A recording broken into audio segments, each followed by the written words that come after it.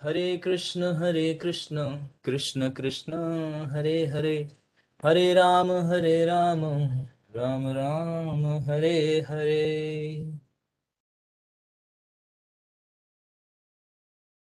तो welcome all of you वैष्णव और Vaishnavi devotees, सभी का स्वागत करते हैं, सुस्वागतम करते हैं।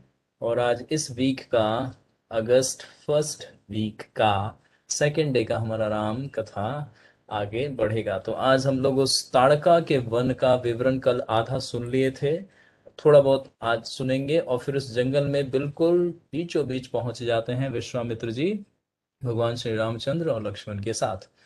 तो कुछ ही क्षण में वहीं पे जब वो बता रहे होते हैं कि ताड़का कौन है और इसका कैसे बर्थ होता है, अगर आज समय बच गया तो फिर तारका वध भी आज ही हम लोग देख लेंगे दृश्य में, और नहीं तो कल इसको समापन करेंगे। तो आज उसका पूरा ताड़का कौन है, ये कितनी सुंदर थी पहले, और ये कैसे एक राक्षसी विच कैसे बन जाती हैं और किसके श्राप से बनती हैं, तो आज इसका हम लोग श्रवण करेंगे। लेकिन उससे पहले हम आपसे प्रार्थना करेंगे। अब आप लोग समझ गए, 2 मिनट का आपको रिकैप देना है और देना ही है आपको। अब आप में से जो भी भक्त उत्साह है, वीर हैं, तो आप आइए बाहर और दिखाइए, थोड़ा सा कल का रिमाइंड कीजिए, फिर हम उस कथा को आगे लेके चलते हैं। कोई भी बता सकते हैं, जो भी थोड़ा बहुत भी शिक्षा, क्योंकि शिक्षा बहुत दे रहे थे। और एक कल महत्वपूर्ण विश्वामित्र जी ने एक विशेष शब्द को बोलकर राम जी को आश्वस्त किया। वो कौन सा शब्द था और किस लिए आश्वस्त किया, ये हमारा प्रश्न है आप सभी से। आप बताएंगे प्रभु मुझे। जी दंडवत दंडवत प्रणाम। धन्यवाद रवीश मैं जी। यस प्रभु जी, बताएं। उन्होंने बेटा कह करके राम प्रभु जी को संबोधित किया था कि अ, मेरे बेटे आप घबराओ मत इस हम्म। वन में जी, हम्म। क्योंकि जब भगवान ने जैसे ही जंगल की घनेपन को देखा तो बड़ी कौतूहल से पूछा था कि गुरु जी ये क्या है। और जी गुड रवि प्रभु, आपने बिल्कुल हिट किया पॉइंट पे।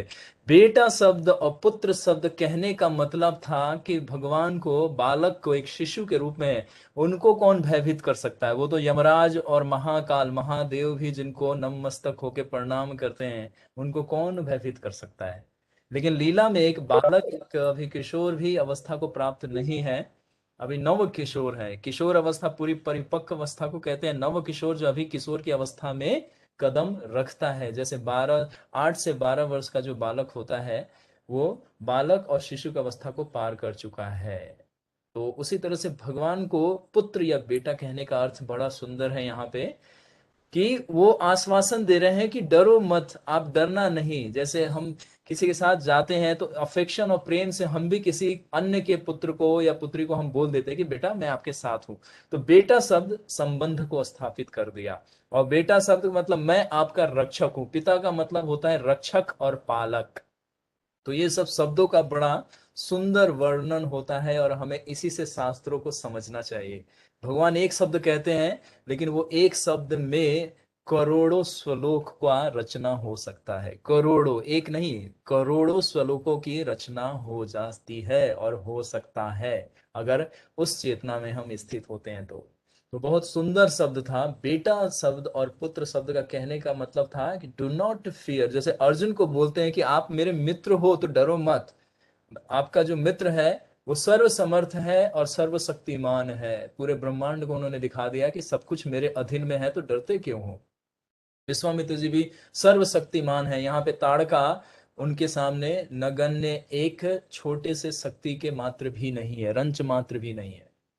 तो इसीलिए एक शब्द आया था ताड़का। तो इस तरह से शास्त्रों के एक एक शब्द को अगर आप समझ जाते हैं, तो आप इस भौतिक संसार के जितने भी भय हैं, जितने भी डर हैं और जितनी भी आपको शोक चिंताएं सताती हैं, इससे मुक्त हो जाएंगे। यही शास्त्र है, इसी को कहते हैं शास्त्र। भगवान इसीलिए बोलते हैं कि इन शास्त्रों को समझ जाओगे तो यानी कि मुझे आप मेरे मार्ग पे आ गए और मुझे प्राप्त कर लोगे। भगवान को कोई नहीं समझ सकता, वो अनलिमिटेड है। उनका नो उनकी क्वालिटी, उनका नॉलेज, उनका पोटेंसी, उनका जो भी पावर पोटेंसी है, जो भी लीला शक्ति है, हर चीज क्या है, असीमित मात्रा में है। जैसे आकाश के ऊपर आप देखें तो आकाश का कोई अंत नहीं पाएंगे आप। आकाश का मतलब ही है जो इन्फिनाइट है, जो जिसका कोई अंत नहीं। तो इस तरह से एक एक शब्दों में भगवत गीता में भगवान इतने गूढ़ रहस्य बता देते हैं, इसीलिए बोला जाता है किंग ऑफ नॉलेज। तो यहाँ पे एक शब्द है पुत्र, आप डरो मत बेटा राम, विश्वामित्र जी कहते हैं। तो आश्वासन देने, इसका मतलब है आश्वासन दे रहे हैं कि बिल्कुल भी मत डरना आप, मतलब मन में विचार भी मत लाना कि आपको भय लगेगा, क्योंकि भयानक जंगल है ना। जंगल का हमने अभी वर्णन सुन लिया, शेर, भालू, चीते, किस किस तरह के बड़े बड़े, दो चार तो ऐसे पशु के नाम आए थे जो मैं पहली बार पढ़ा कि रामायण में ऐसे भी पशु हो सकते हैं। तो ये सब वहां का दृष्टांत है। तो रवि प्रभु जी ने अच्छा बताया। और भी कोई पॉइंट रवि प्रभु, कोई शिक्षा याद है कल का तो बता सकते हैं, शेयर कर सकते हैं। आज आपने पहली बार साहस किया है, हमारा प्रोत्साहन बढ़ाते हैं। कोई और पॉइंट बताएं रवि प्रभु जी, ये कोई शिक्षा है तो याद कल का।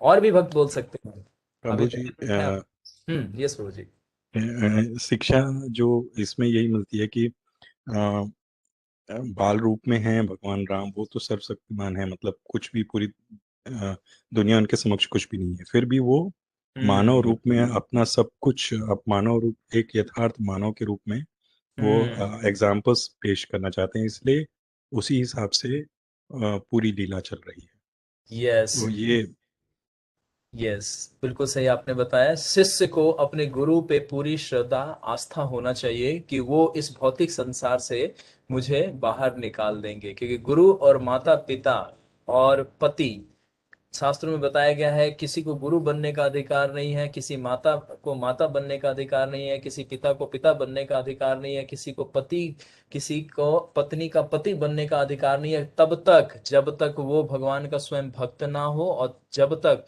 वो अपने आश्रितों को इस भौतिक संसार से आध्यात्मिक जगत में आने का मार्ग ना दे दे, तब तक। ये शास्त्र का वचन है, मेरा नहीं।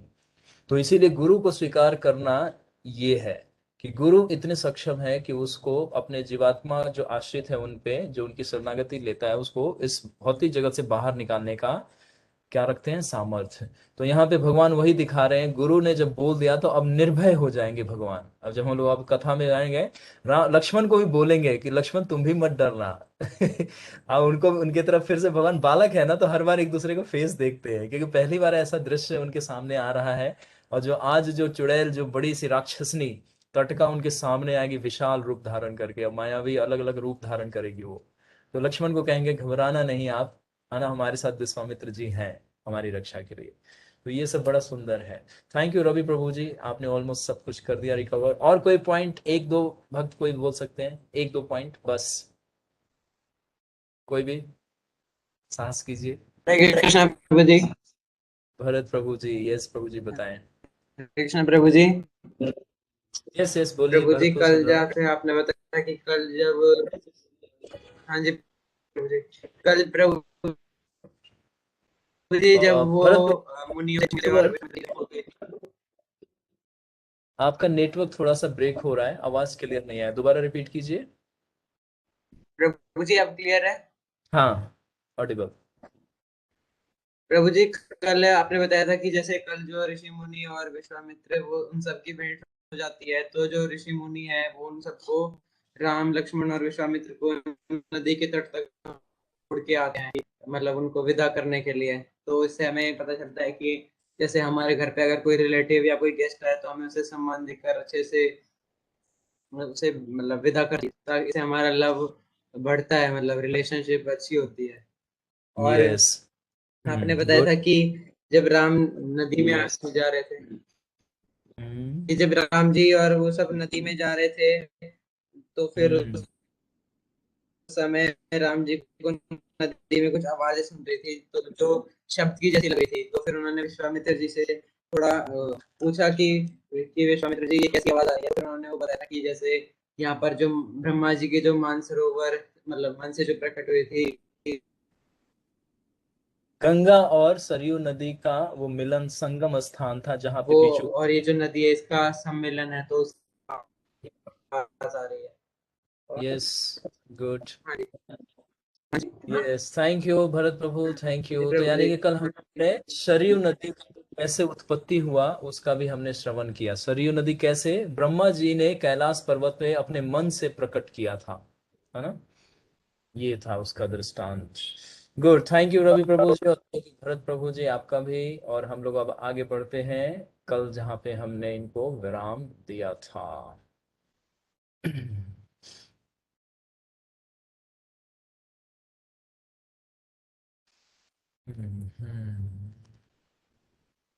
Yes.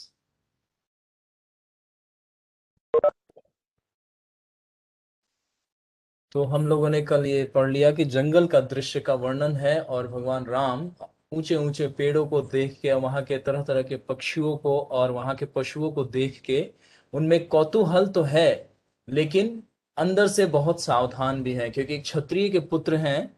तो उनमें वो सारे स्पिरिट दशरथ महाराज के, जो दशरथ महाराज का जो चरित्र का जो आंतरिक गुण है, जो उनके व्यक्तित्व का जो गुण है, वो उनके पुत्र में भी पाया जा रहा है, क्योंकि पिता बहुत महान है। दशरथ महाराज का अभी फाइटिंग का कोई हमने आपको दृष्टांत नहीं बताया, अगर आगे कोई ऐसी चर्चा आएगी तो बताएंगे। दशरथ महाराज इतने स्किलफुल वॉरियर थे कि बताया ना कि दसों दिशाओं में फाइट करते थे, वो दसों दिशाओं में एक साथ, मतलब इतने स्किलफुल वॉरियर थे वो। और वो ऐसे शत्रुओं को मारते थे जैसे किसान है ना खेत में धान की कटाई करता है और ये किसी पुआल की कटाई ये करता है।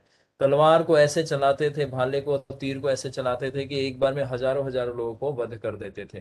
तो भगवान भी उन्हीं के पुत्र के रूप में यहाँ पे, भगवान तो सर्व समर्थ है, सर्व जगदीश है वो तो उनमें वो स्पिरिट यानी कि उनका व्यक्तित्व का गुण, क्योंकि पिता का जो गुण होता है वो पुत्र के अंदर हस्तांतरित होता है जन्म के समय, और संस्कार उन्हीं से मिला होता है।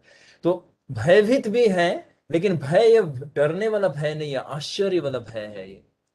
कि बड़े बड़े वृक्ष हैं, इतने ऊंचे ऊंचे घने वृक्ष हैं, तरह तरह के कांटेदार, मतलब ये पहले सुंदर वन था, अभी इसकी कथा सुनाएंगे अभी आज, कि ये वन के पहले ये वन बड़ा सुंदर था, ये बागीचा था, जैसे इंद्र इंद्र ने ही इनको बसाया था, वो इंद्र की कथा आ जाएगी। तो आश्चर्य से भयभीत है, मतलब आश्चर्य वाला भय है ये, भय वो वाला नहीं, डरने वाला भय नहीं है कि कहीं से भी कोई भी जानवर या पशु आ सकता है, कोई भी विशाल पक्षी आके उन पे आक्रमण कर सकता है। तो भयभीत होके आश्चर्य से चारों तरफ देख भी रहे हैं और जिज्ञासा भी कर रहे हैं। तो यहाँ पे आगे हम लोग बढ़ते हैं। इतो जनपदो स्फितो पूर्णामास्तम नरोत्तमम मलदास्याये कुरुवाश्रय देव निर्माणा निर्मितो। पहले यहाँ पर देवलोक के समान और धन्य धान से भरे पूरे मलद और करूप नाम के दो देश बसे हुए थे। अब ये जो जंगल है, ये जंगल पहले क्या था, एक मिनट रुकिए, मैं थोड़ा सा आगे बढ़ गया।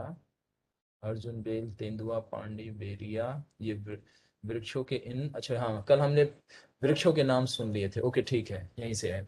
यह सुन महातेजस्वी विश्वामित्र ने श्री रामचंद्र जी से कहा कि पुत्र श्री रामचंद्र सुनो, मैं बताता हूं कि यह विकट वन किसका है। भगवान ने प्रश्न पूछा जब वो देख लिए पशुओं को विचित्र तरह से, क्योंकि सामान्यतः जंगल भी भिन्न भिन्न प्रकार के होते हैं। आपको बता दें, अगर भगवत गीता के आधार पे देखें तो मुख्य तौर पे सात्विक जंगल होता है, तामसिक जंगल होता है और फिर राजसिक जंगल होता है। और इन तीनों से ऊपर विशुद्ध जंगल कौन सा कहलाता है? गोलोक वृंदावन, जहां पे पशु भी, है ना, एक शेर भी गाय को जाके प्रेम करता है, एक शेर हिरण को जाके गले लगाता है ना, एक अजगर चूहे को अपने पीठ पे बैठा के घुमाता है। ये आप पिक्चरों में देखते होगे, कार्टून में देखते होगे, लेकिन गोलोक में जाओगे तो प्रैक्टिकल देखने को मिलेगा आपको। वहां पे कोई भी जीव हिंसक नहीं है ना। शेर भी है, वो हिरण से, खरगोश से खेलते हैं, जैसे दो गाय के बछड़े आपस में खेलते हैं ऐसा। तो उसको विशुद्ध सत्व में स्थित जंगल बोला जाता है, जहां पे कोई पेड़ आपको कष्ट नहीं पहुंचा सकता। अब कहीं ऐसे घने जंगल में जाए तो पेड़ आपको कष्ट कैसे पहुंचा सकता है? क्योंकि कंटीली झाड़ियां होती हैं, कांटा होता है तो चुभ जाता है। घास में, तिनके में इतने सुईलुमा नुकार ऐसे होते हैं जो आपके पैरों में चुभ जाएंगे। तो ये सब जो है, तो यहाँ पे जो है ये तामसिक जंगल, तामसिक वन का दृश्य देख रहे हैं, क्योंकि राम भगवान जो हैं इनको अभी बहुत सारा ज्ञान हो चुका है। वशिष्ठ मुनि के निरीक्षण में इन्होंने स्कूल नहीं गए, लेकिन बेसिक नॉलेज इनको हो चुका है सारा कुछ। महल में रहते हुए ऋषि और ब्राह्मणों के बीच में पल रहे थे। जैसे अर्जुन को, है ना, बाल्य अवस्था में ही जब वो खेल, सारे बच्चे लोग जाके खेलते थे बाहर, तो अर्जुन का एक विशेष गुण क्या रहता था कि वो या तो अपना तीर अभ्यास करते थे, धनुर्विद्या का अभ्यास करते थे, और नहीं तो सीधा भाग के जाते थे कहाँ पे? पितामह के पास, भीष्म पितामह के उनके गोद में बैठ जाते थे 5 साल की आयु में, और उनसे पूछते थे कि पितामह पितामह मुझे राजधर्म सिखाइए, पितामह पितामह मुझे धर्म का है ना उपदेश दीजिए, मुझे ऐसी चीजें बताइए जिससे कि मैं एक अच्छा पुरुष बन के अपने पिता का है ना सम्मान और गौरव दिखाऊं। तो बच्चे को भी ऐसे माता पिता से जिज्ञासा करना चाहिए, गुरु से जिज्ञासा करना चाहिए, ये नहीं कि हमेशा गिल्ली डंडा पतंग ही उड़ाते रहें। ठीक है, कभी कभी थोड़ा थोड़ा उड़ाना चाहिए, लेकिन जिज्ञासा देखिए, ऐसी जिज्ञासा होती थी अर्जुन की, और अर्जुन कोई सामान्य बालक नहीं थे। तो वो ज्यादातर समय पितामह, इसीलिए बहुत सारा ज्ञान उनको पहले से ही था, बाल्यावस्था में उनको धर्म का, क्षत्रिय धर्म का है ना, राजधर्म, और एक पुरुष के रूप में जाने जाने वाले, एक चरित्रवान व्यक्ति के रूप में जाने वाले, एक गुणवान व्यक्ति के रूप में जाने वाले, ये सारे गुण भीष्म पितामह से उन्होंने श्रवण किया हुआ था। वैसे पहले हम लोगों का भी एक विलेज होता था, जब आज तो सिटी है, आज तो टीवी और इंटरनेट और ये सब में बच्चे लोग एंगेज रहते हैं। कभी भी पर्सनल टाइम अपने ग्रैंडफादर के साथ, मदर के साथ, फादर के साथ कोई भी स्पेंड करना नहीं चाहता। तो ये सब कल्चर क्या है, लॉस्ट हो गया। इसीलिए बोलते हैं कि हम लोग जितना श्रवण कर रहे हैं, एटलीस्ट इतना तो हम 10-12 लोग, हम एक व्यक्ति भी अगर हम रामायण की पूरी शिक्षा को अपने जीवन में उतार ले तो हम पूरे विश्व को बदलने का सामर्थ्य रखते हैं। इसका उदाहरण कौन है? हमारे श्रील प्रभुपाद। प्रभुपाद जी अकेले व्यक्ति हैं पूरे विश्व को बदलने वाले, और उसका परिणाम सब देखिए कि आज हम लोग इस रामायण का सुंदर चरित्र का, दृश्य का श्रवण कर रहे हैं। तो ये संस्कार हमारे अंदर आना चाहिए, और हमारे हमारे आते के साथ ये परिवार में धीरे धीरे सबको इंजेक्ट कर देना चाहिए। तो यहाँ पे भगवान राम को ये ज्ञात है कि ये जो जो वन दिख रहा है ये तामसिक है, तामसिक है, ये मतलब अंधकार है पूरा, चारों तरफ अंधकार है, वायु का भी प्रवेश इसमें बड़ा वो है, बड़ा घना जंगल है, तरह तरह की कंटीली झाड़ियां हैं, विशाल वृक्ष हैं, है ना, जिसमें पुष्प फल कम लगे हैं लेकिन कंटीली झाड़ियां ज्यादा हैं। तो इस स्थान के बारे में वो जिज्ञासा करते हैं। तो विश्वामित्र जी कहते हैं कि ये विकट वन किसका, जिसका है, मैं उसकी वृतांत आपको बताता हूं। अब यहाँ पे फिर वही कथा बताने जा रहे हैं। तो ये मैं बता रहा था कि ये जो वन है, ये दो देश से नाम, ये दो जगह का नाम है, मतलब ये पूरा वन जो है ये दो देशों के नाम से जाना जाता था। और इंद्र ने किसी की तपस्या से प्रसन्न होकर, सेवा से प्रसन्न होकर उनको ये उपहार स्वरूप दिया था। तो बताया जाता है कि जैसे नंदन कानन इंद्र का जो गार्डन है ना, उसका नंदन कानन नाम है, तो उस तरह से इंद्र ने स्वयं वही रूप इनको प्रदान किया था। परंतु फिर एक श्राप मिला यक्षिका को, तो उस श्राप की वजह से इस वन का रूप ही बदल दिया उन दोनों ने। अब वही कौन राक्षस है, तो अब कथा में आगे श्रवण करते हैं। तो भगवान राम देख रहे हैं चारों तरफ ये तामसिक जंगल है, और इसमें फल फूल कम दिख रहे हैं, कंटीली झाड़ियां और लताएं और तरह तरह के, है ना, सुई क्या बोले, नुकीली झाड़ियां, जैसे पत्ते होते हैं वो ये सूल की तरह हैं। जैसे आप लोग अगर खजूर के पत्ते देखेंगे तो वो नुकीला होता है, अगर उससे अगर किसी को अगर ऐसे सामने से मार देंगे तो वो पूरा एक मतलब नाइफ का काम करता है, वो इस तरह से होता है। तो उस तरह से यहाँ के पत्ते बड़े नुकीले हैं। आप लोग कभी जंगल में कभी गए हों, अगर आपने देखा हो, तो तरह तरह के कंटीली झाड़ियां होती है, पेड़ भी ऐसे होते हैं जिनमें, एक तो पेड़ हम लोग यहीं सड़कों पे भी कहीं देख सकते हैं कि जिसमें पूरे जड़ से ही ऊपर तक पूरे 1-1 इंच 2-2 इंच का कांटा पूरा चारों तरफ लिपटा रहता है, उस पर कोई चढ़ भी नहीं सकता। तो ये सब पेड़ तामसिक पेड़ कहलाते हैं। इसमें फल या फूल नहीं आता, ये सिर्फ पत्ते आते हैं और तनाएं और शाखाएं बढ़ती हैं। तो भगवान राम को ये पता है, तो उन्होंने जिज्ञासा किया कि ये जो वन है इसके बारे में बताएं। तो विश्वामित्र जी आगे इसको बताते हैं, क्या बोलते हैं, पहले यहाँ पर देवलोक के समान धन धान्य से भरे, मतलब हर चीज ऑपुलेंट था यहाँ पे, पूरा समृद्धि था यहाँ पे, हरा भरा मुलायम घास, तालाब, सुंदर फूल फल, सब कुछ से भरा हुआ था यही जंगल, है ना। और पूरे मलद और करूप नाम के दो देश बसे हुए थे। यहाँ पे दो नाम है, ये दो नाम से लीला भी शुरू हो जाएगा, मलद और करूप। अब मलद का मतलब क्या है और करूप का मतलब क्या है, तो ये अभी कथा को ध्यान से सुनिएगा, अभी अभी आ जाएगा आपके सामने। पुरा वृतयेवधम रामम मलिम समी अभुलुप्तम छुत्ता चैव सहस्त्राक्षम ब्रह्म हत्या समाविशत, ब्रह्म हत्या समाविशत। किसी को ब्रह्म हत्या का पाप लगा है, और उस पाप का फल स्वरूप वो जब मुक्त हुआ तो उसने प्रसन्न होके इस है ना सुंदर वन का उसने निर्माण किया। वो कौन व्यक्ति है जिसको पाप लगा? तो आप लोगों के मन में भी आएगा प्रश्न कि कौन सा व्यक्ति था। तो आगे बोलते हैं, पुरावृते धमम राम मलेना समाभिलुप्तमं क्षुद्धा चैव सहस्त्राक्षम ब्रह्म हत्या समाविशत। हे राम, वृकासुर को वृतासुर, ये वृतासुर वही है जो भागवतम में है, जो कल हम आपको बता रहे थे छठे स्कंद में पहले से 17 अध्याय जो है वृतासुर का पूरा कथा है। वो कैसे पूर्व जन्म में चित्रकेतु थे, फिर पार्वती जी ने उनको कैसे श्राप दिया, फिर वो कैसे अगले जन्म में एक बड़ा विशाल राक्षस बन के आए, और जब स्वर्ग पे आक्रमण किए तो फिर दधीचि मुनि का कथा इसी में आता है कि उनके अस्थियों से इंद्र ने वज्र बनाया, और वो थंडर बोल्ट जब उनको प्राप्त था उस पे वो मंत्र साध करके उस वृतासुर का वध किया। तो वृतासुर उसी समय में भगवान के धाम चले गए, क्योंकि वो एक पूर्व जन्म में महान भक्त थे। तो ये वही वृतासुर है। तो ये कथा पहले, अब देखिए वृतासुर का जो कथा ये सतयुग में घट चुका है, और अभी हमारे भगवान राम कौन से युग में लीला कर रहे हैं? त्रेता में। तो यहाँ पे अब विश्वामित्र जी उस कथा को सुनाने जा रहे हैं, कह रहे हैं, हे राम, वृतासुर को मारकर जब इंद्र अपवित्र अवस्था में भूखे प्यासे थे, तब उनके शरीर में ब्रह्म हत्या ने प्रवेश किया। जब हमारा बॉडी इम्प्योर होता है तो इग्नोरेंस और जितनी भी नेगेटिव एनर्जी है वो क्या करती है? एंटर कर जाती है। जैसे देखिए हमारे बॉडी अगर वीक है तो रोग बहुत जल्दी से लग जाता है। जैसे आज एक प्रैक्टिकल एग्जांपल लें आप लोग, तो जिसका इम्यूनिटी सिस्टम स्ट्रांग नहीं है, मतलब रोगाणु शक्ति, जो शरीर की रोगाणु शक्ति जो होती है रोकने की क्षमता, एंटीबॉडी जिसको इंग्लिश में बोलते हैं एंटीबॉडी, वो जो जनरेटेड होता है अंदर, भगवान ने इतना सुंदर मैकेनिज्म दिया हमारे ह्यूमन बॉडी को। अगर वो किसी का दुर्बल है, कमजोर है, वीक है, तो कोरोना बड़े जल्दी से प्रवेश कर जाता है। और वही कोरोना अगर कोई व्यक्ति बहुत स्वस्थ है ना, स्ट्रांग है, बहुत हेल्दी है, वो कोरोना आएगा भी और उसको कुछ नहीं कर पाएगा।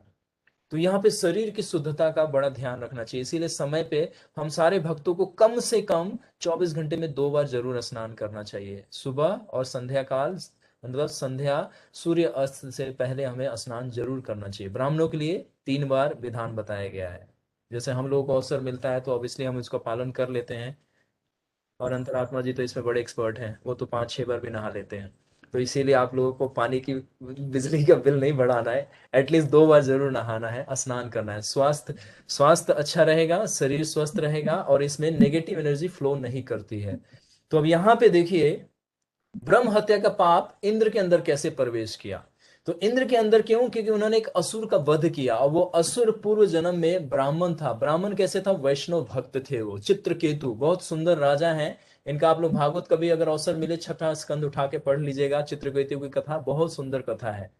तो उसमें ये पूर्व जन्म में ब्राह्मण होते हैं, भगवान के विशुद्ध भक्त होते हैं, लेकिन एक वैष्णव को जज कर लेते हैं अनोइंगली, लेकिन जज नहीं करते, ये मिसअंडरस्टैंडिंग हो जाता है पार्वती जी को, और वो अनजाने में श्राप दे देती हैं चित्रकेतु को। तो ये ब्राह्मण है, लेकिन अगले जन्म में क्योंकि स्वयं पार्वती जी ने श्राप दिया तो इसीलिए ये असुर बन गए। तो अब असुर का वध कर रहे हैं तो ब्रह्म हत्या का पाप कैसे लगा? अब यहाँ पे प्रश्न आया ना कि इंद्र ने तो असुर को मारा, वो तो ब्राह्मण को मारे नहीं, लेकिन आत्मा जो कार्य कर लेता है उसका उसको गुण या उसको दोष उसको लग जाता है। अगर मान लीजिए आपने जीवन में कोई अच्छा कार्य किया है, आपको लगेगा कि उसका मुझे फल नहीं मिला, लेकिन भगवान सारा हिसाब किताब रखते हैं। चित्रकेतु जो असिस्टेंट है हमारे यमराज के, वो एक एक पल एक एक क्षण का हिसाब किताब रखते हैं। वो दोष हमें लगता है तो समय आने पे उसका निदान करते हैं, चाहे वो पाप है या पुण्य है। तो क्योंकि वृतासुर जो है वो पूर्व जन्म में ब्राह्मण थे और विशुद्ध भक्त थे, भगवान के अनन्य प्रेमी भक्त थे। ये इनका नाम था पूर्व जन्म में चित्रकेतु, भागवत में कथा है। तो क्योंकि वो असुर नहीं, वो ब्राह्मण थे, लेकिन श्राप के वजह से वो असुर जैसा व्यवहार कर रहे थे, तो इंद्र ने जब उनका वध किया तो उनको ब्रह्म हत्या का पाप उनके अंदर प्रवेश कर गया। तो इसीलिए कहते हैं ना, कोई भी चीज, जैसे आप मीट का, जैसे नॉनवेज खाने वाले लोग हमेशा इम्प्योर होते हैं, चाहे वो कितना भी गंगा जी से भी नहा के आ जाए वो पूरा इम्प्योर माने जाते हैं। इसीलिए मलेच्छों से हम लोगों को थोड़ा सा दूर रहना चाहिए। जो मांस भक्षण करता है उससे हमें थोड़ा दूर रहना चाहिए, क्योंकि ये सब अशुद्धि का कारण होता है। तो शास्त्रों में हर चीज का पूरा डिटेल में वर्णन है। तो ब्रह्म हत्या का प्रवेश, यानी कि ब्रह्म हत्या का जो पाप पुरुष है उनके अंदर प्रवेश कर गया, तो उनकी चेतना और शरीर पूरी दूषित थी उस समय के लिए। जैसे कोई, आप मान लीजिए आप टॉयलेट जाते हैं, कितने हम लोग घर वाले हैं जो अपना टॉयलेट खुद ही हम लोग क्लीन करते हैं, राइट? तो क्लीन करते हैं तब हम, तो उससे पहले हम प्योर रहते हैं, लेकिन जैसे हम उस पॉट को स्पर्श करते हैं, ब्रश को स्पर्श करते हैं, तो यानी कि पूरा बॉडी कंटामिनेटेड है। अब उस अवस्था में हम किचन में नहीं जा सकते, बेडरूम में नहीं जा सकते, लिविंग रूम में नहीं जा सकते, डाइनिंग रूम में नहीं जा सकते, है ना? क्यों? क्योंकि हमारा बॉडी उस समय में कंटामिनेटेड है, सेम बॉडी, लेकिन आपने ऐसे चीज का स्पर्श किया कि अब आप इम्प्योर हैं। तो उस समय में हमें शुद्धता का ध्यान रखना चाहिए। इसीलिए ब्राह्मणों को और भक्तों को ये विशेष बॉडीली लेवल, मेंटल लेवल और सोल लेवल, ये तीनों का शुद्धता का, प्योरिटी का, है ना, purity of soul, purity of mind, purity of body, ये तीनों का हमें बड़ा विशेष ध्यान रखना चाहिए। जप करते वक्त सतो गुण में रह के जप करना चाहिए, तब उसका फल तुरंत हमें दिखना शुरू होता है। तो यहाँ पे उनके शरीर में ब्रह्म हत्या ने प्रवेश किया जब वो वृत्तासुर को मारे। अब ब्रह्म हत्या प्रवेश कर गया तो अब ये स्वर्ग पे सिंहासन पे बैठने के योग्य की स्थिति में नहीं थे, क्योंकि इनको ब्रह्म हत्या का जब तक इनको प्रायश्चित नहीं करना होगा तब तक ये उस सिंहासन पे नहीं बैठ सकते। तो इसलिए ये कथा अब वो सुना रहे हैं कि ब्रह्म हत्या का उनको पाप लगा, और ब्रह्म हत्या, ब्रह्म पुरुष जो है, ब्रह्म हत्या का जो पुरुष है, जो पाप पुरुष, जो ब्रह्म हत्या का पाप पुरुष होता है, वो इंद्र के शरीर में प्रवेश कर गया। जैसे कोरोना, आप किसी रोगी व्यक्ति को, कोरोना से इन्फेक्टेड व्यक्ति है, उसको स्पर्श करेंगे तो कोरोना आप में प्रवेश कर जाएगा, लेकिन आपको दिखाई नहीं देगा, लेकिन सिम्टम आ जाएगा तो आपको पता चल जाएगा ये लक्षण कोरोना का होता है। उसी तरह से पाप जब हमारे शरीर में एंटर कर जाता है तो हमारा चेतना दूषित होता है, फिर हम जो कार्य करते हैं वो पाप युक्त होता है। इसीलिए कलयुग में जितने भी जीवात्माएं हैं, भोग लगा के नहीं खाते, सारा काम, है ना, अपने विकर्म के रूप में करते हैं, इसीलिए चेतना इनकी दूषित है, इसीलिए वो आध्यात्मिक जगत को समझ नहीं सकते। उनके सामने कोई फिलॉसफी या भगवत गीता की कोई बातें करो, चर्चा करो, तो उनको समझ में नहीं आता। क्यों? क्योंकि उनके अंदर पाप पुरुष का पूरा क्या है, प्रवेश है। अब ये समझ में आ गया आप लोगों को बहुत अच्छे से। अब आप लोग कभी प्रश्न मत उठाइएगा और किसी पे संदेह मत कीजिएगा शास्त्रों पे कि जो बताया जा रहा है गलत है। तो आप समझ में आ रहा है कि भगवत गीता भागवतम क्यों नहीं समझ में आता है? इसलिए कि हमारे अंदर ही पाप पुरुष बैठा हुआ है, कलयुग का एक एजेंट हम सबके हृदय में बैठा हुआ है, इसीलिए। फिर आगे बोलते हैं, तन्मादिद्रम असनापया देवम ऋषा यज्ञाय तपोधना कलशय असनापयामा सुमरलम चास्य प्रमोचयन। तब इंद्र को देवताओं और तपस्वी ऋषियों ने प्रथम गंगा जल से, फिर घड़े में भरे मंत्रपूत जल से उनकी अपवित्रता दूर करने के लिए स्नान कराया। जैसे मैंने बताया कि बॉडी कंटामिनेटेड है तो उसको जल से स्नान करके प्योर किया जाता है। उसी तरह से सोल का, उसी तरह से माइंड का अलग अलग प्रोसेस है। तो अभी यहाँ पे उनको शरीर को क्या किया गया, गंगा जल से, मतलब जहां पे गंगा बह रही है, अभी जिस नदी से हम लोग आए हैं उसी गंगा के जल से ऋषियों ने, क्योंकि देखिए इंद्र जो है ये एक देवता है, बल्कि देवता नहीं, देवताओं के राजा हैं, चीफ ऑफ डेमी गॉड्स हैं, लेकिन इनको भी ब्राह्मणों और ऋषियों के शरण में आना पड़ा। अब देख रहे हैं कौन ज्यादा शक्तिशाली, एक ब्राह्मण या एक देवता? इसीलिए कभी अवसर मिले तो भक्तों की पूजा कर देनी चाहिए देवता से पहले, हमें फल मिल जाएगा उसका, क्योंकि देवी देवता भी किसकी शरण लेते हैं, ब्राह्मणों की। भगवान भी क्या करते हैं, अभी आगे एक श्लोक आने वाला है, इसी में आएगा, नमो ब्राह्मण देवाय गो ब्राह्मण हिताय च जगत हिताय कृष्णाय गोविंदाय नमो नमः। मतलब भगवान को ब्राह्मण कितने प्रिय हैं, भक्त लोग कितने प्रिय होते हैं। तो इसीलिए भक्त की शरण पहले लेनी चाहिए, किसी देवी देवता की शरण कभी नहीं लेनी चाहिए। भगवान स्वयं कहते हैं कि देवी देवता की जो शरण लेता है वो अल्प बुद्धि है, लेस इंटेलिजेंट है, उसका बुद्धि हर लिया गया है, माया अपहृत ज्ञानम, 7वां अध्याय पढ़िए आप लोग। तो यहाँ पे इंद्र किसकी शरण ले रहे हैं, ऋषियों की, ब्राह्मणों की। वो जानते हैं कि ये लोग जितने पवित्र होते हैं इस पृथ्वी पे और कोई अन्य व्यक्ति होता नहीं है।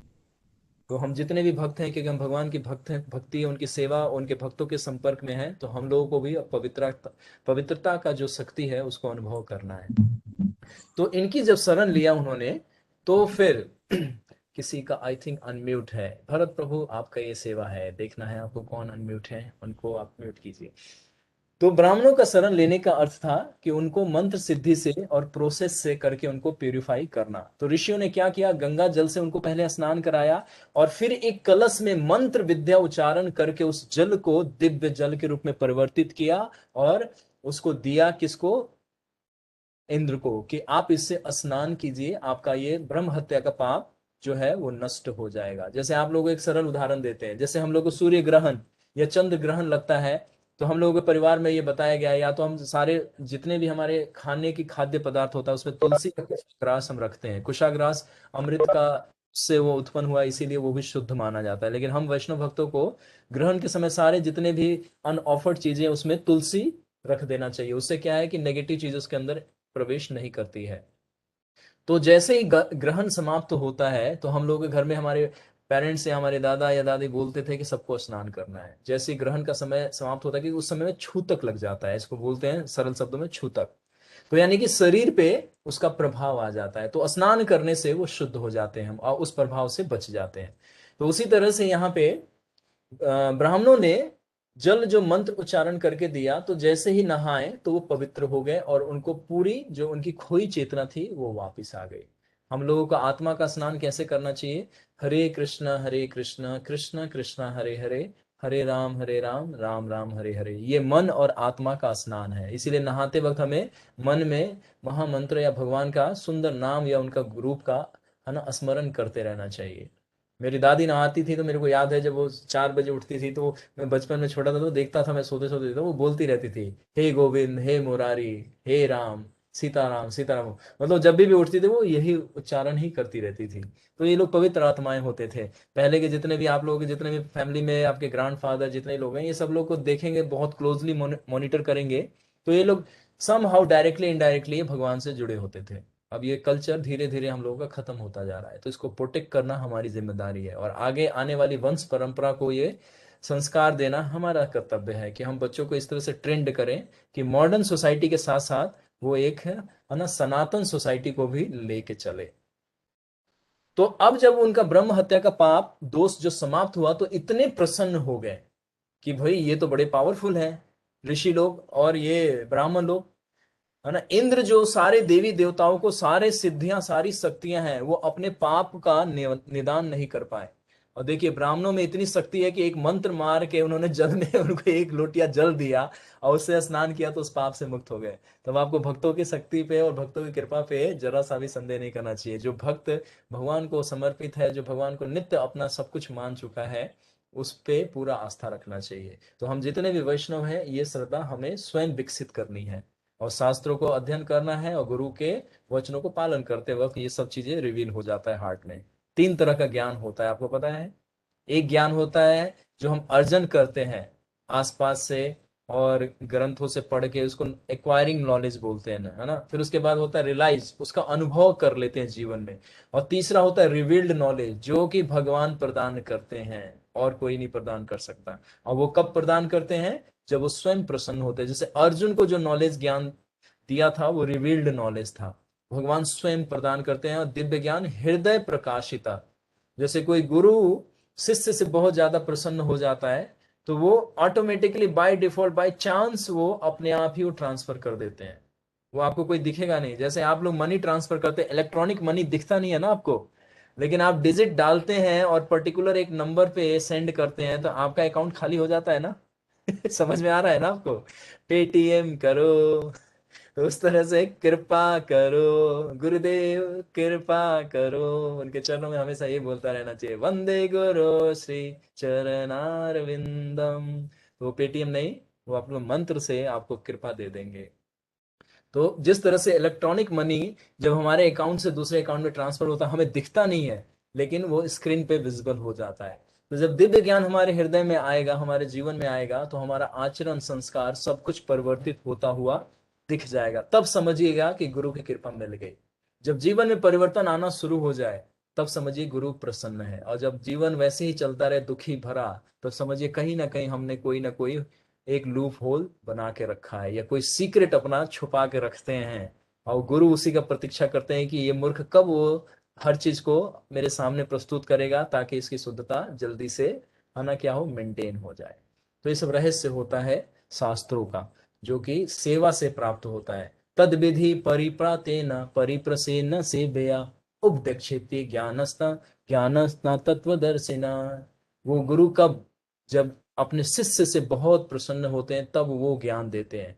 ज्ञान भी 3 तरह का बता दिया। रिवील्ड नॉलेज नहीं देते हैं, रियलाइज्ड नॉलेज नहीं देंगे, एक्वायरिंग वाला दे देंगे। बेसिक जो सबको पता है वो नॉलेज देते रहेंगे आपको, क्योंकि वो आवश्यक है, उससे उसकी पकड़ बनी रहेगी। लेकिन जब प्रसन्न हो जाएंगे तो वो दिव्य ज्ञान हृदय प्रकाशित है, वो सीधा गुरु आपके हृदय में, जैसे किसान खेत के अंदर बीज बो देता है, फिर समय के उपरांत वो पौधा एक वृक्ष का रूप धारण करता है, फिर उसमें छाया, पुष्प, फल, है ना, और जड़ी बूटियां सब मिल जाता है उस वृक्ष से। तो शिष्य का ये कर्तव्य है। तो उसी तरह से ब्राह्मणों की ये शक्ति के बारे में हम लोग चर्चा कर रहे हैं कि ब्राह्मण कितने शक्तिशाली हैं कि देवता भी उनकी शरण लेते हैं। अब देखिए, इंद्र जो है सारे देवी देवताओं के राजा हैं, लेकिन जब उन पर मुसीबत आया तो किसका शरण लिया? ब्राह्मणों का, ऋषियों का। तो हमारे जीवन में भी जब भी कष्ट आए तो हमें ऑब्वियसली फाइनेंशियली हमें खुद कहना, अब आप लोग कहेंगे चलो फाइनेंशियल प्रॉब्लम है, अंतरात्मा जी को फोन लगाते हैं, हाँ प्रभु जी कहाँ पे इन्वेस्ट किया जाए, थोड़ा सा प्रॉफिट कमा लिया जाए। तो आपको पता होना चाहिए कि कौन सा ज्ञान किससे लेना है, क्या हमारे जीवन को क्या देगा। धन दे सकता है सुख, या गुरु का कृपा हमें सारे मुसीबतों से हमेशा के लिए मुक्त कर सकता है। ये निर्णय हमारे में इतनी बुद्धि होनी चाहिए कि गुरु से कौन सा आशीर्वाद मांगना है। लोग आ जाते हैं, कहते हैं आशीर्वाद दे दीजिए, तो हम कहते हैं हमारा लाइट आज निकल नहीं रहा, आज थोड़ा बैटरी चार्ज नहीं है, ऐसा बोलना पड़ता है। वो सोचते हैं क्या कि गुरु जी हाथ रख देंगे सर पे तो कुछ लाइट निकलता हुआ हमारे बच्चे के हाथ सर में चला जाएगा, या मेरे पीठ पे रख देंगे तो कुछ करंट सा लगेगा। तो मैं कभी कभी यही सोचता हूँ कि कहीं इलेक्ट्रिक का कोई बोर्ड खाली है क्या भाई, वहां पे एक उंगली डाल के कहता पकड़िए मेरा हाथ, और आपको क्या अनुभव हुआ? कहा सब कुछ आ गया, सब कुछ अंतरात्मा जी, सारा आपका आत्मा मेरे अंदर प्रवेश करके आप छोड़ दीजिए। तो मैं कहूंगा यही आशीर्वाद है। ये मूर्खता है और कुछ नहीं है। प्रभुपाद जी कहते हैं अलग इलेक्ट्रिक शॉक लेना है तो गुरु के पास क्यों, घर में आपका इलेक्ट्रिक बोर्ड है, उसमें उंगली डालिए, सारा कृपा मिल जाएगा। प्रभुपाद जी ऐसे एक प्रवचन में बोलते हैं कि मूर्ख लोग को ये भी नहीं पता है कि किस साधु पुरुष से, ऋषि से क्या वर मांगना चाहिए। इसीलिए भगवान कलयुग में नहीं आते हैं कि ये लोग उल्टे सीधे, है ना, वर मांगेंगे। कोई भी सीधा सीधा वर नहीं मांगेगा कि उसको क्या चाहिए। अरे ये पूछिए जन्म मृत्यु से कैसे बच पाऊं, यही तो हमारा सबसे बड़ा जीवन का समस्या है। ओल्ड एज हमारा समस्या है, बीमारी हमारी समस्या है, मन का शांति नहीं है, संतुष्टि नहीं है, हमारे जीवन में प्रसन्नता का पल एक पल भी नहीं है, खुशियां नहीं है। तो ये है ना, ये है जीवन की समस्या है। 7 समस्या है। 7 fear of the material world. 7 जो है ये भयावह है और इससे कोई नहीं बचता। एक पशु पक्षी पेड़ पौधे चर अचर हर तरह के जीव इसमें बंधे हुए हैं। इस ज्ञान को अर्जन करने के लिए गुरु की सेवा करनी चाहिए। धन तो मिल ही जाएगा, वो तो आपके भाग्य का प्रारब्ध है, वो मिलना ही मिलना है, कोई नहीं रोक सकता। नहीं मिलना है, नहीं मिलेगा, चाहे आप कितना भी प्रयास कर लीजिए, कुछ नहीं मिलना है। ये हमारा कर्मों का विधान होता है, लॉ ऑफ कर्मा, ये सब अप्लाई करते हैं। तो यहाँ पे मैं थोड़ा सा आगे बढ़ गया क्योंकि आपको समझा रहा था कि ब्राह्मण जो गुरुजन होते हैं और जो भगवान के भक्त होते हैं उनमें क्या विशेषता होती है और क्या हमें उनसे मांगना चाहिए।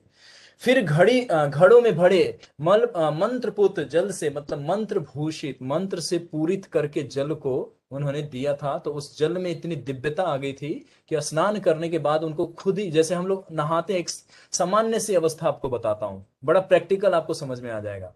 देखिए जब हम रात्रि को शयन करते हैं, सोते हैं और मॉर्निंग में उठते हैं और जैसे ही नहाते हैं तो आपको कैसा रिफ्रेश लगते हैं ना, बिल्कुल ऐसा लगता है वाह मजा आ गया। नहाने के बाद बिल्कुल आप ऐसा लगता है कि बस मतलब यही चाहिए था पूरे जीवन में मुझे। बस वो थोड़े देर के लिए होता है, उसके बाद तो फिर हमारा सारा कुछ कचरा हो ही जाता है। तो उसी तरह से इंद्र को यहाँ अनुभव हुआ कि जैसे उन्होंने उस कलश के पात्र से स्नान किया, उनको लग गया कि मेरा पाप जो है वो नष्ट हो गया।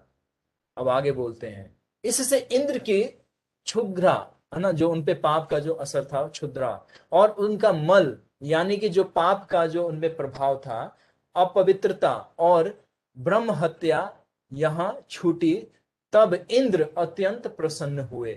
जैसे उनका पाप खत्म हुआ तो इंद्र बहुत प्रसन्न हो गए उनके। ऑब्वियसली जब मान लीजिए जाने अनजाने में कोई बड़ा अपराध हो जाए आपसे और कोई व्यक्ति आके कहे कि चलो मैं इससे मुक्त कर देता हूं, जैसे मान लीजिए कोई व्यक्ति है और वो किसी से जाने अनजाने में से किसी की हत्या हो जाए, अब उसको पता चल गया कि उसको 14 वर्ष का कारावास होने वाला है, और दूसरा व्यक्ति तुरंत आता है, अरे अब घबराओ मत, मैं सारा व्यवस्था कर रखा है, आपको एक दिन का भी करवास नहीं होने देंगे। तो आप कैसे सोचेंगे, वाह ये व्यक्ति जीवन का मेरा सबसे महत्वपूर्ण व्यक्ति हो गया, जो 14 वर्ष मुझे कारावास से बचा दिया।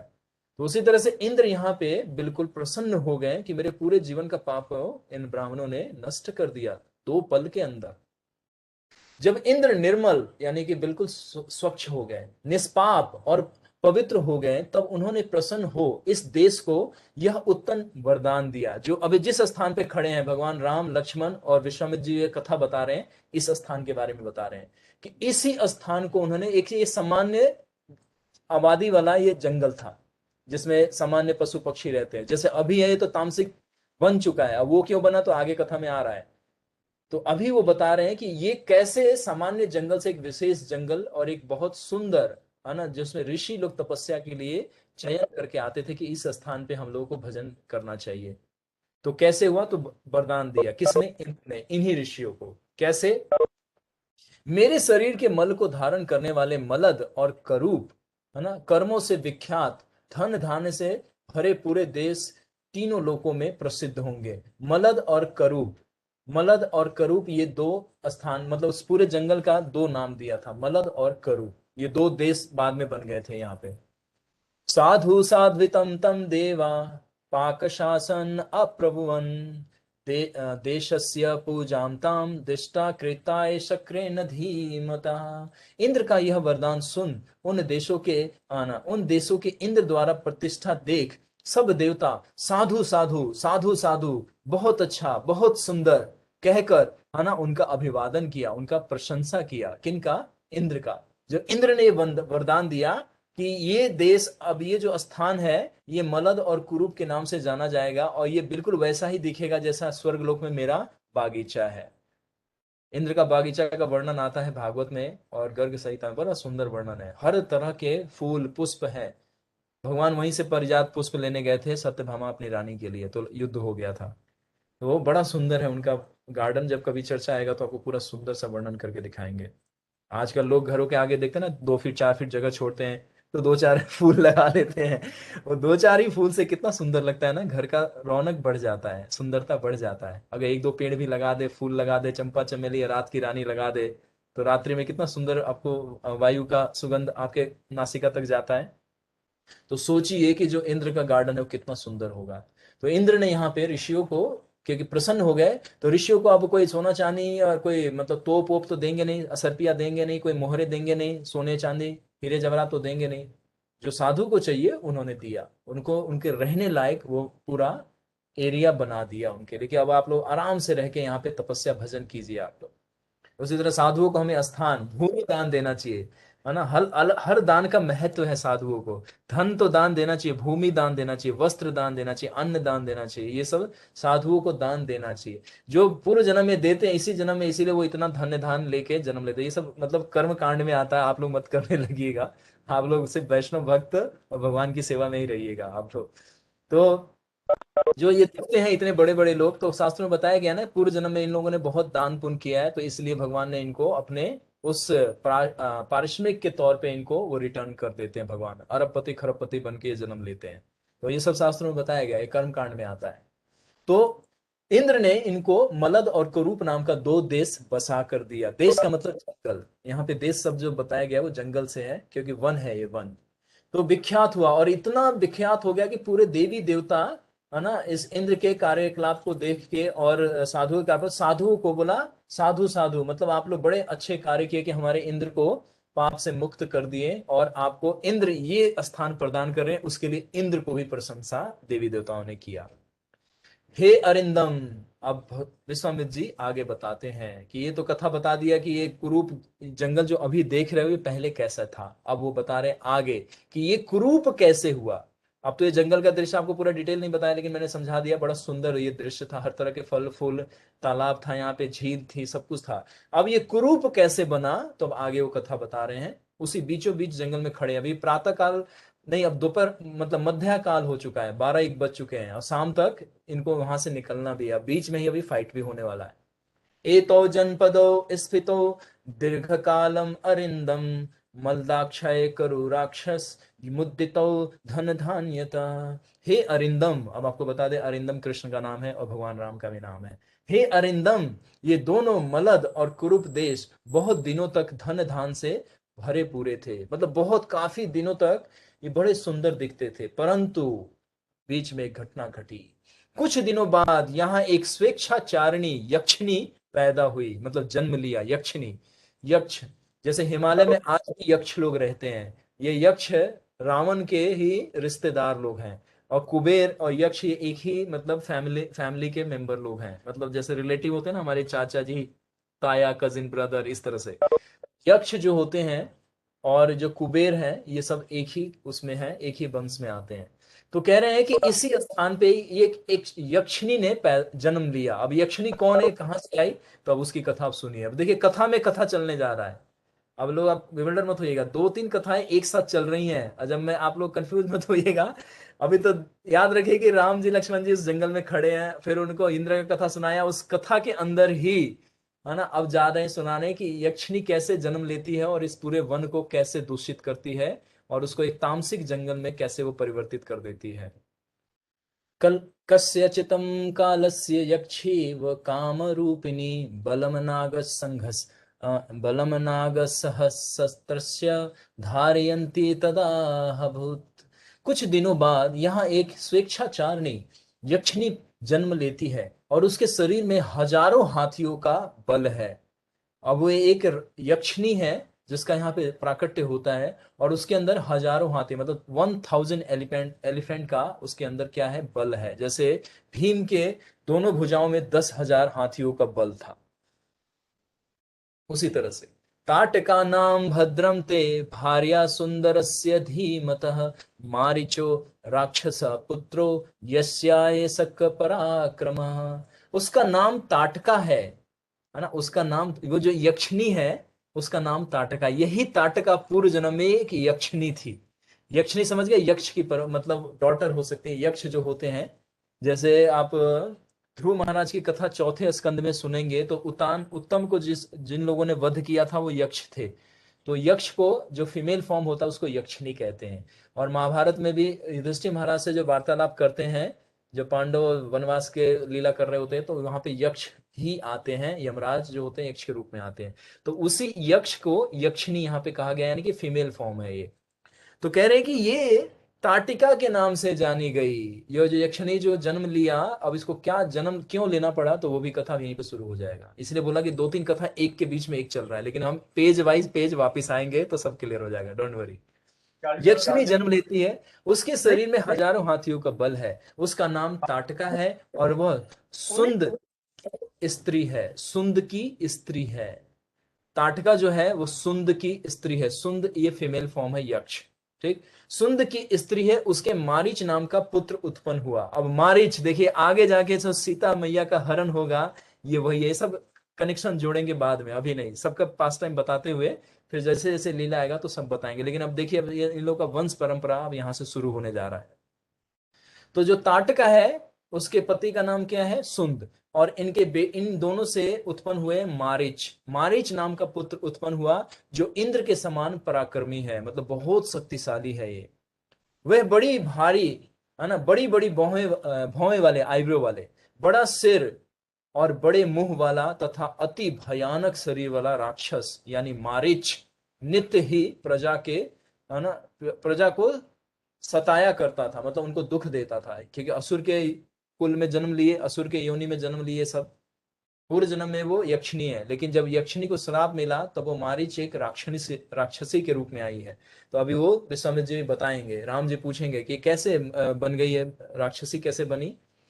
तो वो बड़ी बड़ी भौएं वाले, बड़े सिर वाले, बड़े मुंह वाले तथा अति भयानक शरीर वाला राक्षस यानी मारीच नित्य ही, है ना, प्रजाजनों को सताया करता था, जो उस देश में उस समय में रहा करते थे, कुरूप और मलद। हे राघव, वह दुष्ट ताटका या ताड़का, ये ताटका और ताड़का, ये कहीं कहीं पे ताटका नाम आ रहा है और कहीं कहीं पे ताड़का। तो आप लोग दोनों ही नाम को रेकमेंड कीजिएगा, दोनों ही नाम सही है, क्योंकि रामायण में दोनों का ही नाम दिया गया है, ताटका और या ताड़का। तो ज्यादातर हम लोगों ने ताड़का वध के नाम से सुना है, ताटका के नाम नहीं सुना है, लेकिन ताटका यहाँ पे लिखा गया है। तो दोनों नाम एक ही है। हे राघव, वो दुष्ट ताटका या ताड़का इन दोनों हरे पूरे मलद और करूप देशों को नित्य ही उजाड़ा करती थी, क्योंकि मायावी शक्तियां थी। यक्षों को मायावी शक्तियां प्राप्त होती, मिस्टिक पावर इनके पास रहता है। ये लोग अपना रूप बदल सकते हैं और आसपास के वातावरण को बदल सकते हैं। जैसे गिरगिट है ना, अपने शरीर का रंग बदल देता है, उस तरह से ये लोग मायावी शक्ति से कभी स्त्री बन सकते हैं, कभी पुरुष बन सकते हैं, कभी बालक बन सकते हैं, कभी ये पशु बन सकते हैं। तो मारीच को वही शक्ति प्राप्त था जो हिरण का रूप धारण करेंगे आगे जाके, स्वर्ण मृग बनेंगे और भगवान को अपने पीछे शिकार के लिए बाध्य करेंगे। तो ये समझना है कि ये मायावी शक्तियों से पूरे पूरित हैं, ये लोग लैस हैं ये सारे। यह यक्षसी इस मार्ग को रोके हुए यहां से आधे और अर्थात 2 कोस पर रहती थी, जहां पे वो खड़े हैं इस समय में, बीचों बीच जंगल में खड़े हैं।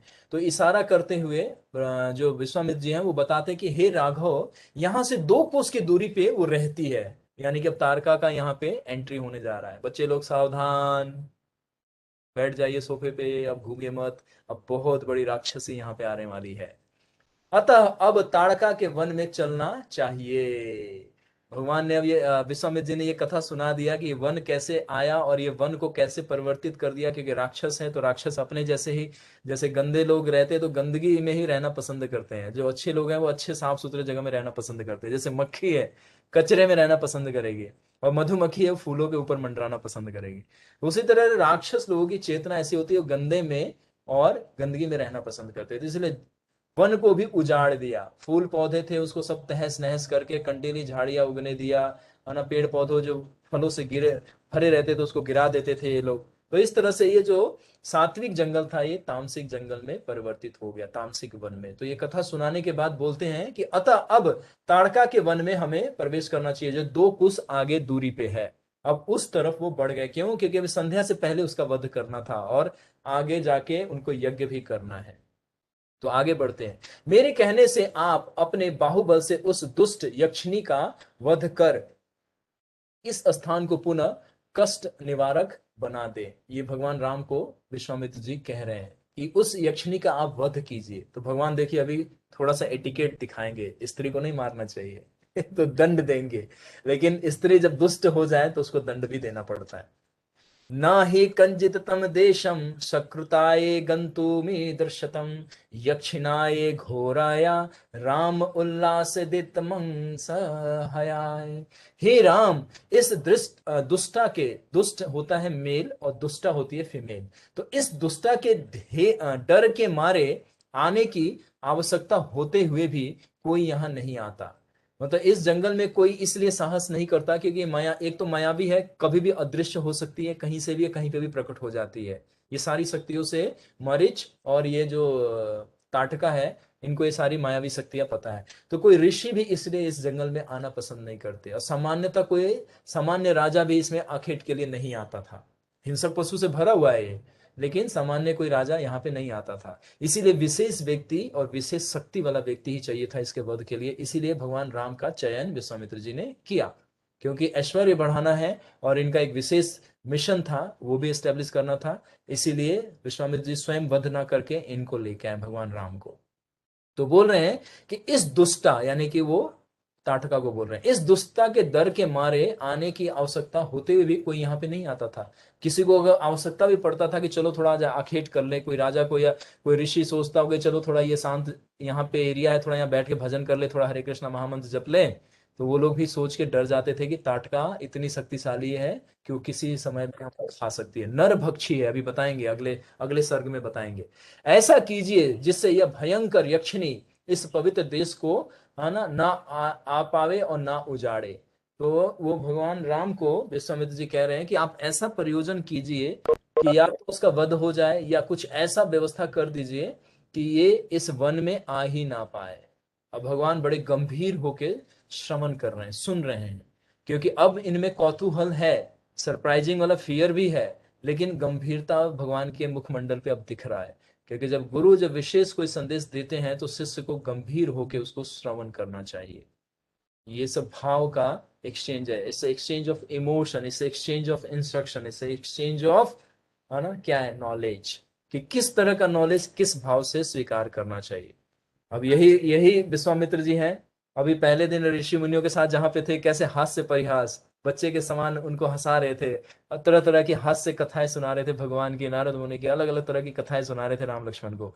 लेकिन यहाँ पे अब गंभीर विषय है, तो गंभीरता दिखा रहे हैं, भगवान गंभीर विषय को समझ रहे हैं कि ये गंभीर विषय है, क्योंकि एक राक्षसी का वध करना है जो कि स्त्री के फॉर्म में है, और ये वन की रक्षा करनी है, जीवों की रक्षा करनी है, साधुओं की रक्षा करनी है। तो भगवान बाल्य अवस्था में भी देखिए ये भाव भी प्रकट कर रहे हैं, गुरु को बहुत गंभीरता से पूरा अटेंशन दे के उनके मुखमंडल की तरफ देखते हुए भगवान उनको श्रवण कर रहे हैं कि आदेश जो मिल रहा है। इसीलिए कहते हैं ना, बंदो मोए सावधान माते। जब गुरु के सामने बैठे, जब हमसे कोई इंस्ट्रक्शंस ले रहे होते हैं, कोई हम प्रश्न पूछते हैं, तो गंभीरता से उसको सुनना चाहिए और समझने का प्रयास करना चाहिए। ऐसा कीजिए यह भयंकर यक्षसी इस पवित्र देश को ना आ पावे और उसका वध भी हो जाए। तो इति चतुर्विशम सर्ग, यहाँ पे हमारा 24वां सर्ग समाप्त होता है। जिस प्रकार यह स्थान निर्जन वन बना है तथा जिस प्रकार अब इस स्थान की रक्षा की जा सकती है, सो मैंने आपको बतला दिया। यह दुष्टा यक्षिणी अब भी अपनी दुष्टता से बाज नहीं आती है। तो ये राम को, भगवान को अंतिम सेंटेंस बोल के यहाँ पे अब थोड़ी देर के लिए पॉज हो जाते, मतलब अपने मुख को बंद। अब इसमें बीच में थोड़ा सा गैप आता है, भगवान कोई शब्द नहीं बोलते हैं, लक्ष्मण जी बिल्कुल खाली अपने विश्वामित्र जी के मुख, दोनों भाई जो हैं विश्वामित्र जी के मुखमंडल को देख रहे हैं, और वहां पे वो पॉज हो जाते हैं ये सब कुछ बोलने के बाद। अब यहां से 25वां सर्ग हमारा प्रारंभ होता है। तो आगे अब इस कथा को लेकर चलते जिसमें ताटका का वध का वर्णन आ रहा है। अब ताटका यहीं पे प्रकट होगी। अब वो जैसे अब आगे बढ़ेंगे, 2 कोस का जो समय, 2 कोस की जो दूरी है वो अब समाप्त हो जाएगी। अतः यस्या प्रमेशस्य पूर्णाये वर्चनम अनु उत्तमम श्रुत्वाये पुरुषार्दुल्लः प्रत्युच्चाये प्रत्युच्चवाये शुभम गिरम। अमित प्रभावशाली ऋषि श्रेष्ठ विश्वामित्र जी के ये उत्तम वचन सुन पुरुष शार्दुल श्री रामचंद्र यह शुभ वचन बोले। अब जब 2 सेकंड के लिए, 2 सेकंड नहीं, कुछ पल के लिए विश्वामित्र जी बिल्कुल गंभीर अवस्था में थे, क्योंकि एक राक्षसी का वध करना है और इतनी शक्तिशाली है। ये जानते हैं कि भगवान है परम श्रेष्ठ, ये पूरे त्रिलोकी नाथ है, लेकिन बालक की अवस्था, जैसे देखिए उस समय में जब उनको जंगल में पहली बार जब प्रवेश कर रहे थे तो उनको डर लगा था भगवान को, तो समझ रहे थे कि बालक है तो बालक जैसा ही व्यवहार करेंगे ना भगवान। तो भगवान को पहले क्या बोलते हैं, पुत्र डरो मत, भगवान विश्वामित्र जी ने आश्वासन दिया। अब यहाँ पे वही राक्षसी का अब सामना होने जा रहा है, तो गंभीर इसलिए हो जा रहे हैं क्योंकि बालक है, कितना भी, क्यों ना कोई कितना ही शक्तिशाली हो, जैसे मान लीजिए किसी किसी माता का कोई बेटा बड़ा वॉरियर बन जाए, है ना, एक बड़ा आईएएस ऑफिसर बन जाए, लेकिन एक टेररिस्ट के सामने जाएगा तो एक माता भी थोड़ा सहम जाएंगी। वो जानती है कि मेरा बेटा बहुत एक्सपर्ट है, हर कला में निपुण है, हर तरह के हथियार जानता है, हर तरह के मार्शल आर्ट जानता है, फाइटिंग के सारी कलाओं को सीख चुका है, उसका कोई बाल बिगाड़ नहीं सकता। लेकिन फिर भी माता का जो प्रेम होता है वो कैसा होता है, वो बच्चे को बच्चे की तरह देखती है। तो उसी तरह से यहाँ पे विश्वामित्र जी के अंदर क्या भाव आ रहा है कि राम एक कुमार है अभी, है ना, तो उनमें ये मतलब अंदर से, है ना, मातृत्व प्रेम, वात्सल्य प्रेम जागृत हो गया इनके अंदर, विश्वामित्र जी के अंदर, कि अब ये बालक, मतलब मैं राक्षस से लड़ने जा रहा हूं। तो इनका भाव ऐसा है, मतलब इसलिए गंभीर हो गए हैं। लेकिन क्लियर है, कॉन्सेप्ट बिल्कुल क्लियर है कि ये त्रिलोकी नाथ है और यही है जो तारका को मुक्त कर सकते हैं, उसके इस श्राप से उसको मुक्त करके उसको पुनः उसके पुणे योनि में भेज सकते हैं। यानी कि ये यक्ष की पुत्री थी तो यक्ष की पुत्री ही बनेगी अब। लेकिन फिर भी कहते हैं ना भौतिक संसार है, तो भौतिक संसार का भी एक इमोशंस होता है। यहाँ पे जो घटनाएं घटती हैं उससे हम प्रभावित हो जाते हैं। हम सबको अब थोड़ा थोड़ा ज्ञान है कि हम आत्मा है, हमारा नष्ट नहीं होता है, हम भगवत धाम के निवासी हैं, हम यहाँ पे इच्छा से आए हैं, हमें वापस जाना है। हम जप करते हैं, रोज भागवत गीता सुन रहे हैं, भागवत सुन रहे हैं, भगवान की सेवा कर रहे हैं, प्रभुपाद जी की सेवा कर रहे हैं। लेकिन फिर भी जब कोई कष्ट आता है तो विचलित हो जाते हैं ना हम लोग। तो क्या ये स्वाभाविक है, इसमें हमें कोई भी, हम ये कोई नहीं कहे कि हम पत्थर के बन गए हैं तो हमें अब कोई फर्क नहीं पड़ेगा, नहीं। भगवान कहते हैं धीरज तत्र न मुह्यति, मेरा भक्त जो है विचलित नहीं होगा। दूसरे अध्याय में अर्जुन को बोलते हैं ना, धीरज तत्र न मुह्यति, जो डुअलिटी है, जो चेंजेस है मटेरियल लाइफ में, डे टू डे लाइफ में जो भी बदलाव सुख दुख आता है, उससे विचलित नहीं होना है, क्योंकि ये थोड़े समय के लिए है ना। तम तितिक्षवा भारत अनित्य, ये अनित्य मतलब टेम्परेरी है, थोड़े समय के लिए है, फिर चला जाएगा। तो उसी तरह से यहाँ पे, क्योंकि एक पिता के समान एक्ट कर रहे हैं यहाँ पे, तो उनको थोड़ा सा स्नेह जागृत हो गया। अब वही तो बताए ना कि त्रिलोकी नाथ है, लेकिन फिर भी बेटा तो बेटा ही है पुत्र तो पुत्र है ना। तो इसीलिए उनमें थोड़ा सा है ना वात्सल्य प्रेम का थोड़ा सा समावेश दिख रहा है विश्वामित्र जी में, कि वो गंभीर होके बोल रहे हैं कि अब आपको आगे बढ़ना है और उस ताड़का से वध है ना, उससे युद्ध करना है। अमित पुरुषार्थो, ये भगवान को ये नाम से संबोधित करते हैं। हे मुनि श्रेष्ठ, अब ये भगवान बोलते हैं, सुनते हैं यज्ञ जाति सॉरी सुनते हैं यक्ष जाति तो अल्प बल वाली होती हैं, तब इस अबला अर्थात स्त्री यज्ञ स्त्री को यक्ष स्त्री के शरीर में हजारों हाथियों का बल कहां से और कैसे प्राप्त हुआ। अब देखिए भगवान प्रश्न उठाया, देखिए भगवान को ज्ञात है। अब इससे पता चल रहा है कि भगवान स्वयं अभी बालक की अवस्था में है, लेकिन योनियों की पूरी जानकारी रखते हैं कि कौन से जीव का कितना लिमिटेशन होता है, उसकी क्या चेतना होती है, उसका क्या है। तो भगवान यहाँ पे प्रश्न पूछ दिए कि विश्वामित्र जी, हे मुनि श्रेष्ठ, हे मुनि पुरुष, है ना, मुनि पुरुष और मुनि श्रेष्ठ बोलते हैं। तो बोलते हैं कि हमने सुना है। अब सुना है तो ऑब्वियसली वशिष्ठ मुनि से या सौमित्र से सुने होंगे, महल में राजाओं के और अन्य लोगों की कथाएं सुनी होंगी, और अभी आश्रम में भी बहुत सारी कथाएं सुन के आए हैं, तो इन्होंने कहीं ना कहीं से तो इनको ज्ञान हुआ ही होगा ना, है ना, लीला की दृष्टि से। तो इन्होंने बोला कि मैंने सुना है कि जो यक्ष जाति की स्त्रियां होती हैं और जो पुरुष होते हैं उनमें ज्यादा शक्ति नहीं होता, है ना, लेकिन इसमें आपने बताया कि ये स्त्री होते हुए भी इसमें हजार हाथियों का बल है, ये कहां से प्राप्त हुआ उसको। तो यहाँ पे प्रश्न पूछा भगवान ने, और ये गंभीरता वाला प्रश्न है। अब आगे उसका उत्तर देते हैं। श्री रामचंद्र जी के इस प्रश्न को सुन महात्मा विश्वामित्र ने बोले, हे राघव सुनिए, मैं कहता हूं जिस प्रकार यह यक्षिणी इतना किस प्रकार यह यक्षिणी इतना बलवती हुई। अब ये फिर से एक छोटी कथा फिर से, अब उसका बताएंगे कि कैसे इसका जन्म हुआ और इसको शक्ति कैसे प्राप्त हुआ। यह अबला वरदान के प्रभाव से इतनी बलवती हो गई है ना। सुकेतु नाम का एक बड़ा बलवान यक्ष था। अब देखिए, अब ये पास्ट टाइम बता रहे हैं उसका, कि ये यक्ष थी, तो ये कैसे थी और ये यक्ष से कैसे ये ताटका के रूप में परिवर्तित हुई। तो बता रहे हैं कि ये अबला को एक वरदान के प्रभाव से इतना शक्ति प्राप्त हुआ। सुकेतु नाम का एक बड़ा बलवान यक्ष था। हे राम, सदाचारी होने पर भी उसके कोई संतान ना था, इतने उसने बड़ा तप किया। वह प्रसन्न हो उस यक्षपति को ब्रह्मा जी ने ताटका नाम की एक उत्तम कन्या प्रदान की। अब समझ आया आपको, सुकेतु जो है ये ताटका के फादर है, यानी सुकेतु को ताटका नाम की पुत्री प्राप्त हुई। ठीक है, सदाचारी होने पे उसके कोई संतान ना था, इतने उसने बड़ा तप किया, तब प्रसन्न हो उस यक्षपति ब्रह्मा जी ने ताटका नाम की एक उत्तम कन्या प्रदान की। ब्रह्मा जी ने उसके शरीर में हजार हाथियों का भी बल उपहार के स्वरूप में दे दिया। जैसे कहते हैं ना, देवी देवता जब ज्यादा प्रसन्न होते हैं तो कुछ तो आप इच्छा करते हैं और वो कुछ अपने आप भी दे देते हैं। इसीलिए देवी देवता से बड़े सावधानी से डील करना चाहिए।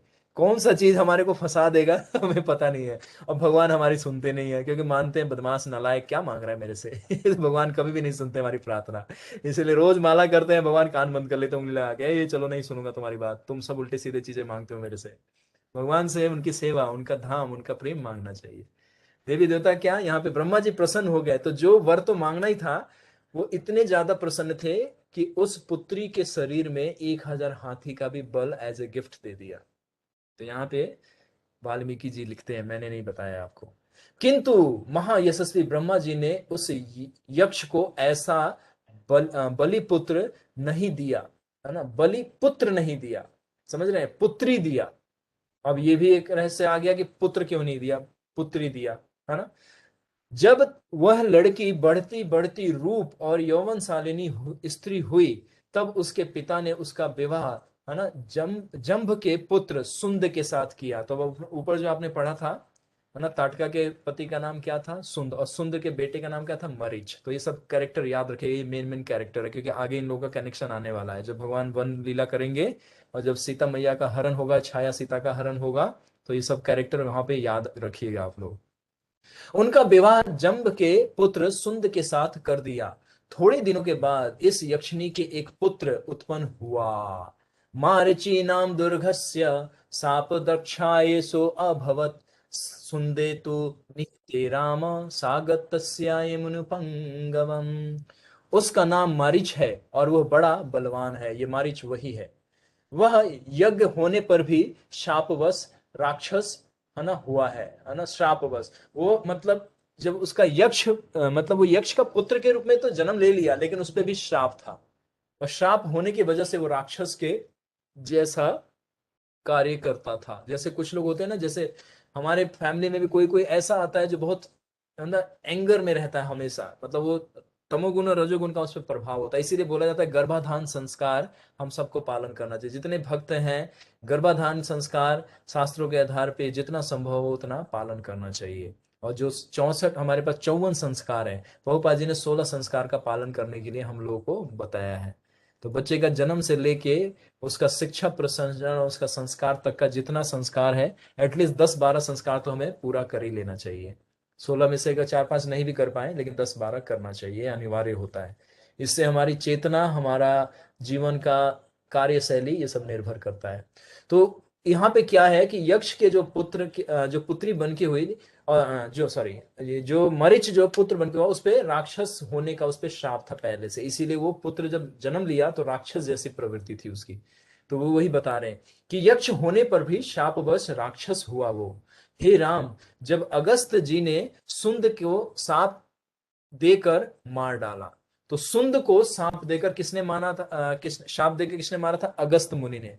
यानी ताटका के जो पति थे उनको अगस्त मुनि ने वध किया था। इसी कारण से वो बहुत उत्पात मचाते थे, इसीलिए जब देखा उन्होंने तो तुरंत शाप देकर उसका वध कर डाला। और जब वध कर डाला तब ये पुत्र और ये माता इतना उत्पात मचाया कि ये जंगल जो है वो सतोगुण वाले से तमोगुण में परिवर्तित हो गया। इसीलिए तब ताटका अपने पुत्र सहित अगस्त जी को खाने के लिए गरजती हुई दौड़ी। जब देखा कि मेरे पति को इसने श्राप से मार दिया, तो मरीच और ताटका दोनों एक साथ दौड़े थे अगस्त मुनि को है ना जिंदा खा जाने के लिए, क्योंकि नरभक्षी थे ना ये लोग। उस यक्षिणी को अपनी ओर आते हुए देख भगवान या महर्षि अगस्त मुनि ऋषि ने उनके पुत्र मरीच को यह शाप दिया कि तू राक्षस हो जा। जो मरीच जो अभी तक यक्ष के पुत्र के रूप में थे, अब ये राक्षस कैसे हुए मायावी? तो अगस्त मुनि ने श्राप दिया था। अब ये सब कैरेक्टर याद रखिएगा, क्योंकि भगवान जब वध करेंगे तो ये मूल रूप में वहां पे आएंगे, प्रकट हो जाएंगे।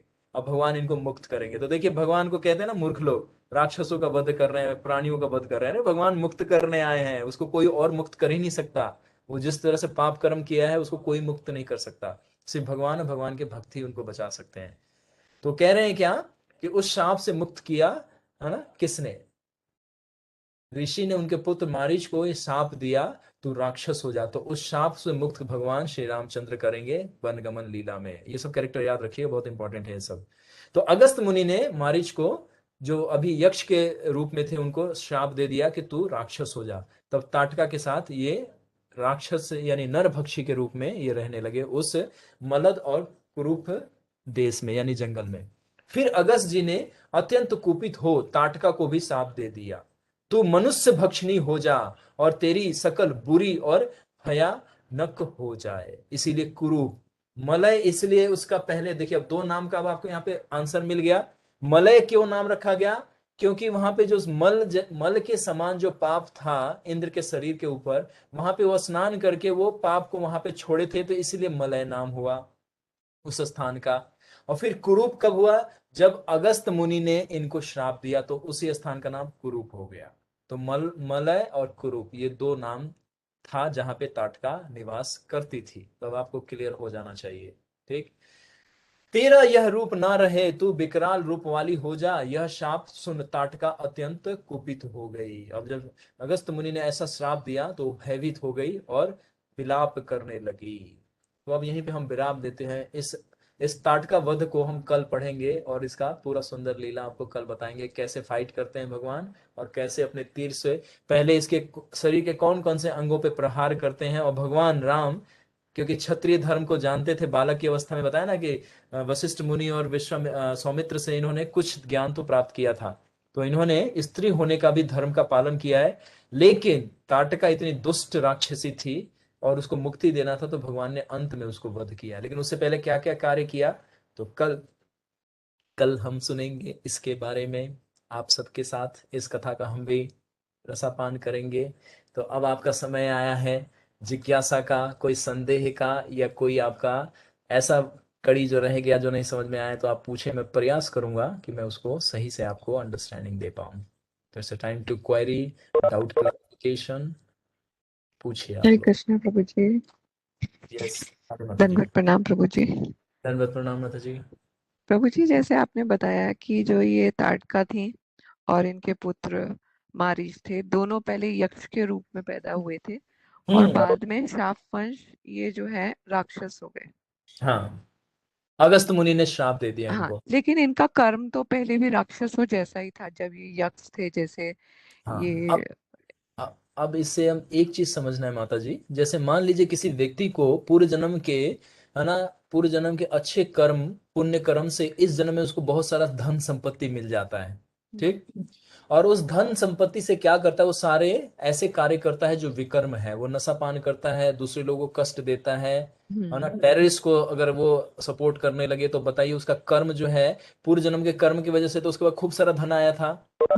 वो चाहता तो ब्राह्मणों की सेवा कर देता, भगवान की सेवा कर देता, तो उसका ये जन्म भी सफल हो गया, अगला जन्म भी बिल्कुल सुंदर हो गया। तो उसी तरह से जब यक्ष के रूप में जब वो जन्म ली थी, और आपने ध्यान से सुना है कि ब्रह्मा जी ने प्रसन्न होकर उसके 1000 हाथियों का बल दे दिया, तो वो हाँ। मदमस्त हो गए। मतलब अच्छा। शक्ति जैसे आती है तो आदमी भ्रमित हो जाता है। हम्म। समझ रही है।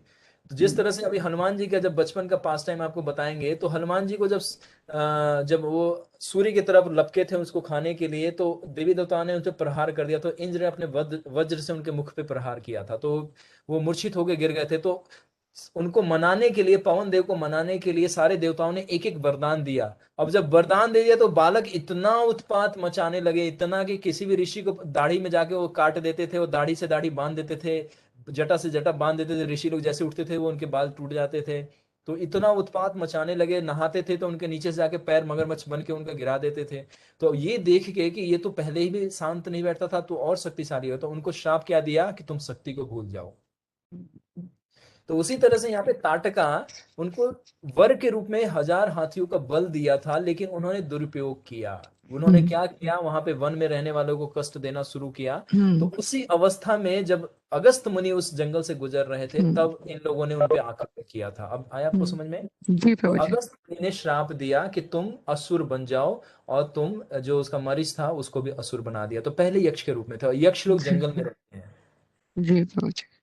हाँ, मतलब ये आदिवासी नहीं समझना है, इनको जंगली नहीं समझना है। जैसे हिमालय के आज भी बहुत सारे एरिया, जैसे मैंने बता रहा था ना, वो एक दिन बता रहा था कि देवभूमि है, वहां पे सामान्य व्यक्ति जैसे प्रवेश करता है तो या तो उसकी मृत्यु हो जाती है, या फिर वहां पे वो जैसे ही जाता है तो उसको वहां से अपने आप ही उसको वापस लौटने का मन कर देता है कि नहीं आगे नहीं जाना है। उसका मतलब हृदय में ऐसी वेदना होने लगती है, वो सोचता है कि आगे शायद कुछ खतरा है।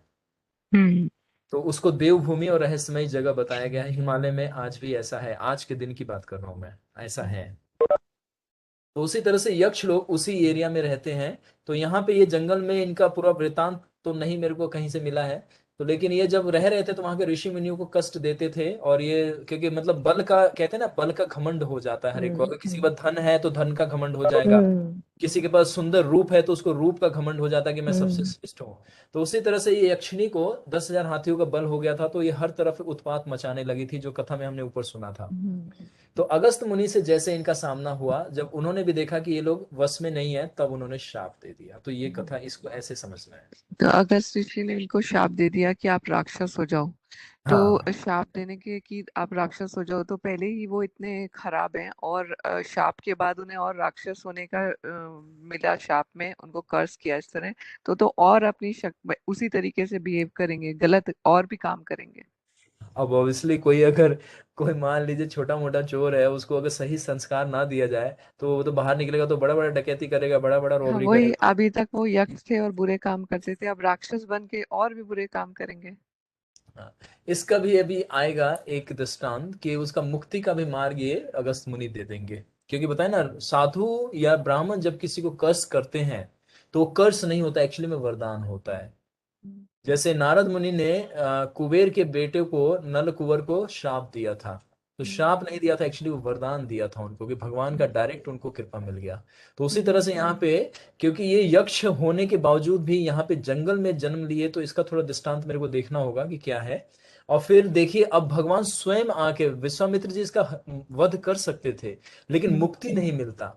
कहते हैं ना, मुकुंद है, शिव भगवान कृष्ण है, मुकुंद जो है भगवान का नाम है, और मुकुंद ही मुक्ति दे सकते हैं। इस पूरे जगत में कोई भी व्यक्ति मुक्त नहीं कर सकता इस भौतिक संसार से, कोई भी नहीं कर सकता। इवन ब्रह्मा जी तक को अधिकार नहीं है किसी जीव को मुक्त कर दे। शिव भगवान दैवी ईश गुणमय मम माया दुरत्या, सिर्फ मैं हूं जो इस भौतिक संसार से जीवात्मा को बाहर निकाल सकता हूं, ये भगवान स्वयं बोल रहे हैं। तो हमें उस मुकुंद को ध्यान रखना है।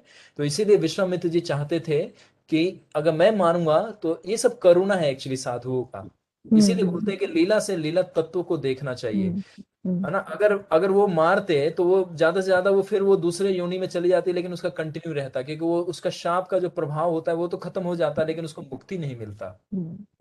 यक्ष भी कोई उच्च योनि नहीं है, ये देवताओं में भी सबसे मतलब निम्न योनि है। जैसे मनुष्य में 4 तरह की है, तो जैसे शूद्र चंडाल है, हमारे मनुष्यों में सबसे निम्न योनि माना गया है ना। कहते हैं ना डॉग ईटर, चंडाल को बोलते हैं इंग्लिश में डॉग ईटर। तो मनुष्य जैसे होते हैं, लेकिन कितने घिनौने कार्य करते हैं, कुत्ते को खाते हैं लोग। तो उसी तरह से यक्ष जो है ये मतलब सामान्य कैटेगरी में आते हैं देवी देवताओं के। अब इनको मतलब हमारी दृष्टि से सामान्य नहीं है, क्योंकि इनको मायावी शक्ति बाय बर्थ इनको मिला रहता है, तो सोचिए सामान्य तो नहीं है। तो इस दृष्टि से अगस्त मुनि ने और विश्वामित्र मुनि ने ये इन पे करुणा दिखाया है कि भगवान से अगर मुक्त होंगे, अगर भगवान से वध होगा, तो ये उसी समय में इनको मुक्ति मिल जाएगा। तो इसलिए सारी व्यवस्था है अगस्त मुनि की और इनकी, कि इनको भगवान ही वध करेंगे और इनको उसी समय में तुरंत मुक्त मिल जाएगा। तो अभी देखिए भगवान इसीलिए तो प्रत्यक्ष रूप से खड़े हैं ना उसी जंगल में। तो ये समझना है कि उनको जब दिया गया तो वो जल्दी से शॉर्टकट में, जैसे नारद मुनि रावण को जाके बार बार विचलित करते थे कि चलो कौशल्या से विवाह करो, क्योंकि उनको पता था जब तक दशरथ और कौशल्या का मिलन नहीं होगा तब तक भगवान का प्राकट्य नहीं हो सकता, जब तक भगवान प्रकट नहीं होंगे रावण का अंत नहीं होगा। तो वो बार बार जाके उसको उकसाते थे। उसी तरह से कंस को जा जाके बार बार, तो ये तो साधु का काम नहीं है किसी को उकसाना।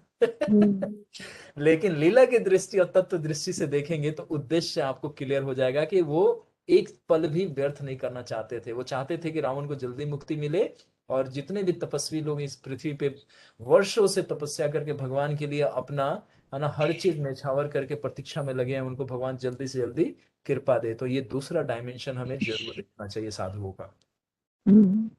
ठीक है माता जी, आई होप कि आपको समझ में आया। थैंक यू प्रभु जी।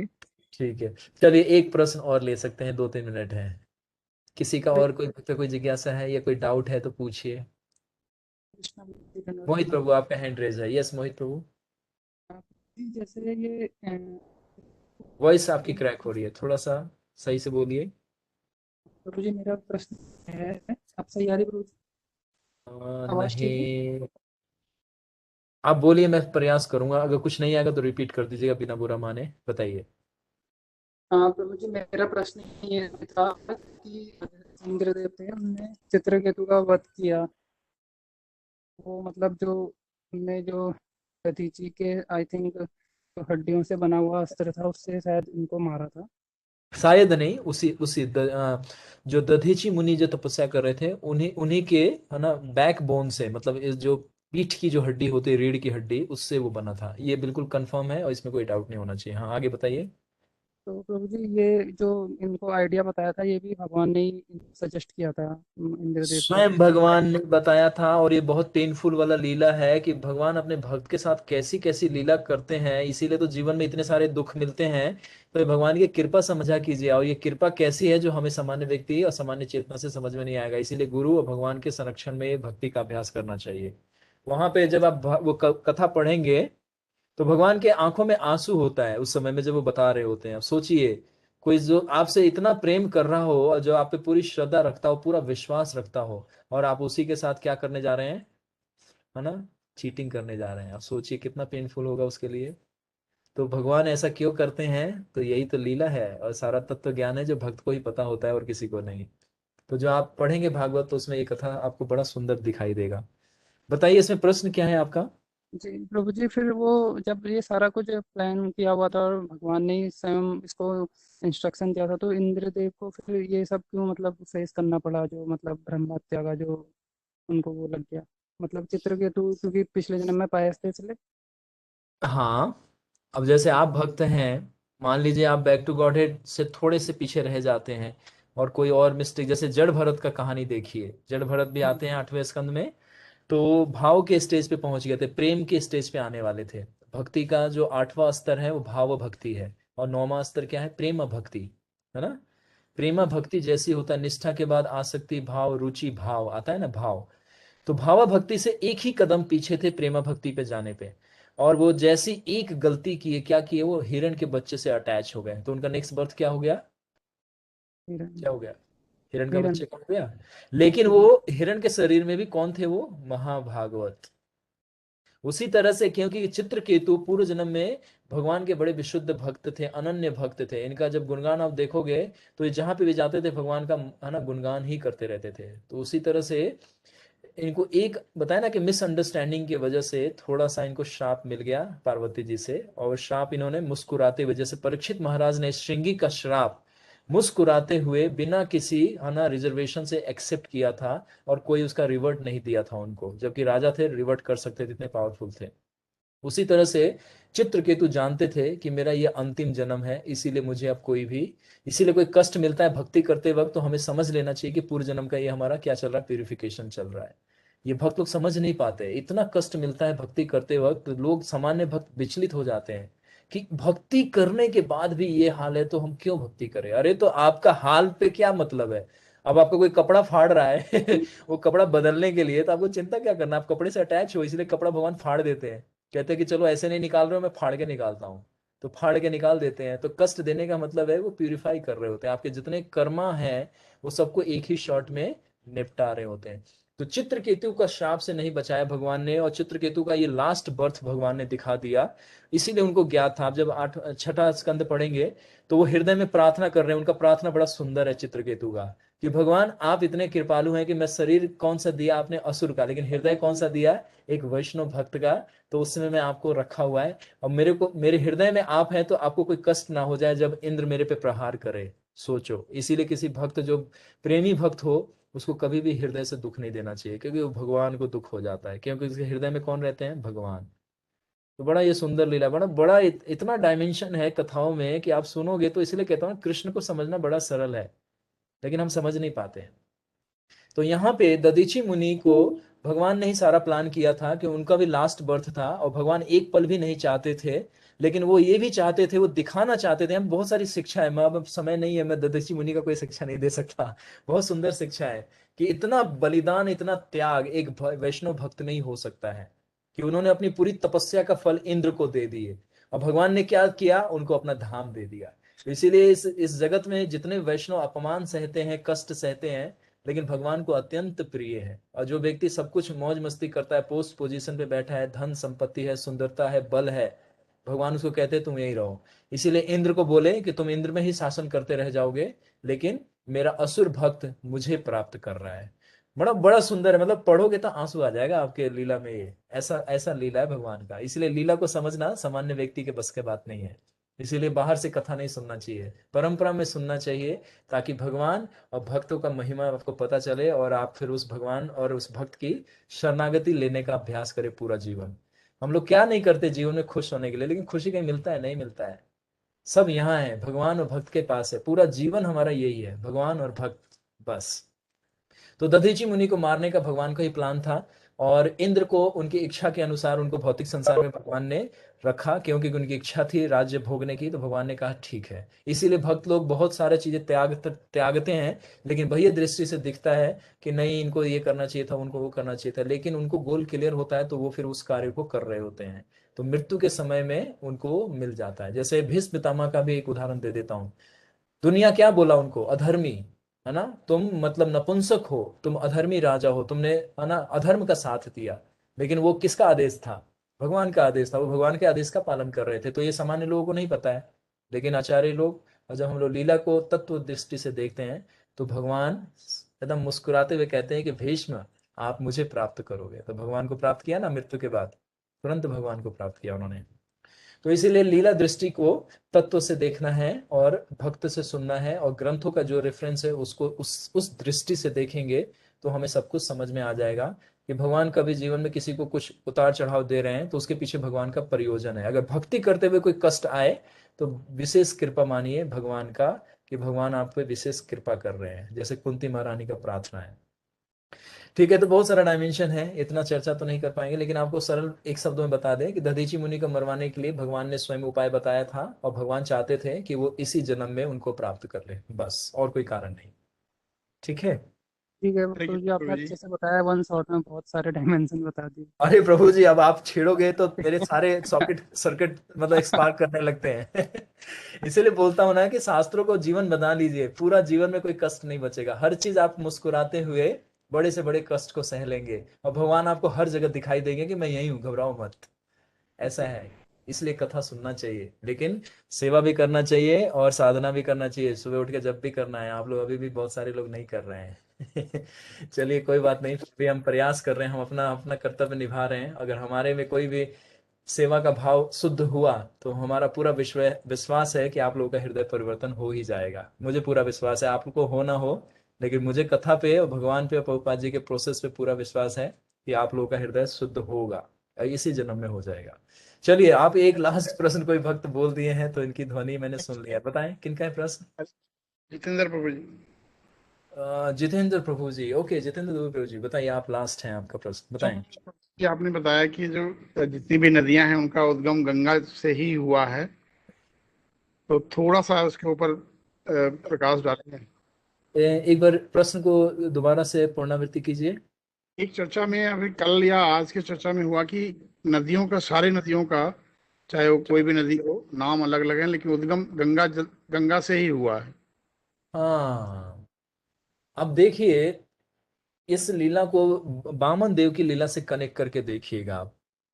ठीक है, बामन देव का जब अवतरण होता है और जब वो बलि महाराज के पास जाते हैं, वो जो त्रिपग में यानी कि 3 पग में पूरे ब्रह्मांड को नाप लेते हैं, तो जो तीसरा पग था वो भगवान महाविष्णु के क्षीर सागर को स्पर्श करता है, और वहां से कुछ बूंदे गिरती हैं। वो बूंद इतनी विशाल है कि आप इसकी कल्पना नहीं कर सकते। आप सोचेंगे कि एक बूंद का मतलब हमारे गिलास का एक बूंद, नहीं, उसी कुछ क्षण कुछ बूंद था, जो कुछ बूंद ब्रह्मा जी ने अपने कमंडलू में धारण किया, और जो शेष जो गिरता हुआ नीचे आया, तो देवी देवताओं ने प्रार्थना किया, और स्वयं गंगा जी ने बताया ब्रह्मा जी को कि अगर इसी रफ्तार से अगर पृथ्वी को स्पर्श करती हूं तो पृथ्वी खंडित हो जाएगी, यानी कि टुकड़े टुकड़ों में, बिल्कुल छोटे छोटे कण में विभक्त हो जाएगी। इसीलिए गंगा का एक नाम है वेगवती। तो जब इसीलिए शिव जी ने तुरंत देखा कि ये महाप्रसाद है, चरणामृत है, भगवान के चरण को स्पर्श करके आ रहा है, तुरंत उन्होंने बोला कि ये कहीं एक भी बूंद नहीं गिरने दूंगा। उन्होंने तुरंत अपनी जटा खोली और पूरी गंगा को उन्होंने अपने जटा में, आप सोचिए कि पृथ्वी में कितनी बड़ी गंगा है, अब उनका सर का साइज क्या होगा तो आप कल्पना नहीं कर सकते। इसीलिए कुछ चीजें बुद्धि से नहीं समझी जा सकती, उसको भगवान के भक्ति भाव से, और जब प्रार्थना करेंगे जब करते हुए, तो हृदय में वो स्फुरित हो जाएगा कि उन्होंने कैसे उसको अपने सिर पे धारण किया था।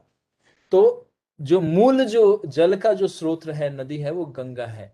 गंगा ही इस पृथ्वी पे आई, और वो अलग अलग जगह पे जैसे जैसे जाती गई हैं तो उनका नाम परिवर्तित होता गया है लीला की दृष्टि से, स्थान के, जैसे मैंने कल बताया था कि वो जब वेस्ट बंगाल में जाती हैं तो जानवी के नाम से जानी जाती है, वही गंगा जानवी, क्योंकि जानू ऋषि के जंघा से वो उत्पन्न होती हैं, जो कि भगीरथ लेके आ रहे थे 60,000, ऋषि का नाम आज भी याद नहीं आ रहा है, मैं मतलब बड़ा थोड़ा सा टिपिकल नेम है।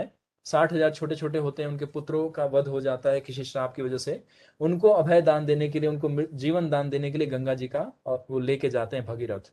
तो भगीरथ गंगा वहां पे कहलाती हैं। वो जब कैलाश से ले गया तो भगीरथ, और उससे पहले वो गंगा होती हैं, ऊपर वो उनका नाम मंदाकिनी है। तो उसी तरह से जितने भी यहाँ पे बहती हैं, अब जैसे गंगा का ही देखे, हस्तिनापुर जब यहाँ पे था, जब पांडव थे, तो गंगा यहाँ पे बहती थी, लेकिन गंगा का आज कोई अस्तित्व नहीं है। जमुना जी दिखती है हमारे को, ट्रांस यमुना में, दिल्ली उस पर जाएंगे, ओल्ड दिल्ली से पहले, और आउटर इंद्रप्रस्थ को थोड़ा क्रॉस करके जाएंगे, जिसको हम लोग बोलते हैं ना ट्रांस यमुना, वहां पे जमुना जी है। तो गंगा जी का अस्तित्व कहाँ है?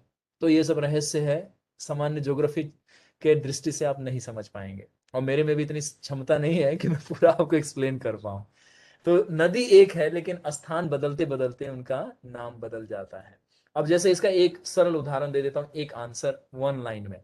पृथ्वी पे कितने समुद्र है? जितेंद्र प्रभु आपसे प्रश्न है ये। कहा जाता है 7 समुद्र हैं। 7 समुद्र है। आपने 7 समुद्र देखा है? कहना बड़ा मुश्किल है, मैं ज्यादातर कनाडा और यूएस तक गया हूँ, बस इससे आगे तो कभी गया नहीं, मैं एक दृष्टि से बोला, सैटेलाइट से जब हम इमेज देखते हैं अर्थ प्लेनेट का, तो कितना 7 समुद्र दिखता है? एक ही दिखता है पूरा। जैसा दिखता है, हाँ? एक ही दिखता है, मिला हुआ कॉन्टिनेंट। अब देखिए मैं बताता हूं, एक ही समुद्र है। एक दृष्टि से, मैं 2 दृष्टि आपको दूंगा। एक ही दृष्टि है, लेकिन जब इंडिया के नीचे लोअर पार्ट में आते हैं साउथ इंडिया की तरफ, तो एक तरफ हिंद महासागर और दूसरे तट को क्या बोलते हैं? प्रशांत महासागर। ये हमारे इंडिया का है ना ओशियन। बिल्कुल। तो अब बताइए एक ही समुद्र का 2 नाम कैसे हो गया? और यही आगे जाएंगे तो आर्कटिक महासागर, फिर और जाएंगे तो अटलांटिक महासागर। तो बताइए, स्थान से इस महासागर का नाम परिवर्तित हो रहा है। समझ रहे हैं? सागर एक ही है। एक दृष्टि से सागर एक ही है।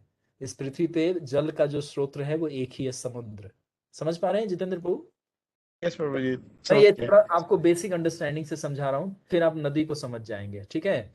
तो जैसे एक ही समुद्र है, लेकिन अलग अलग नाम इसका बदलता जा रहा है। आर्टिक महासागर, अटलांटिक महासागर, है ना, फिर हिंद महासागर, प्रशांत महासागर, अरब सागर, ये सब जितने सागर है 7 सागर का नाम काउंटिंग हो जाएगा यहाँ पे। लेकिन जल की दृष्टि से देखें एक ही जल है, लेकिन स्थान की दृष्टि से जैसे बदल रहा है तो इस एरिया का नाम बदल जा रहा है। उसी तरह से जल जो है, गंगा, जमुना, सरस्वती, अब ये तीनों पर्सनालिटी अलग अलग है। अब समुद्र का ही दें तो ये 7 समुद्र, ये 7 पुत्र है किसी देवी की। अब ये लीला को स्पर्श नहीं करूंगा क्योंकि बहुत लंबा हो जाएगा।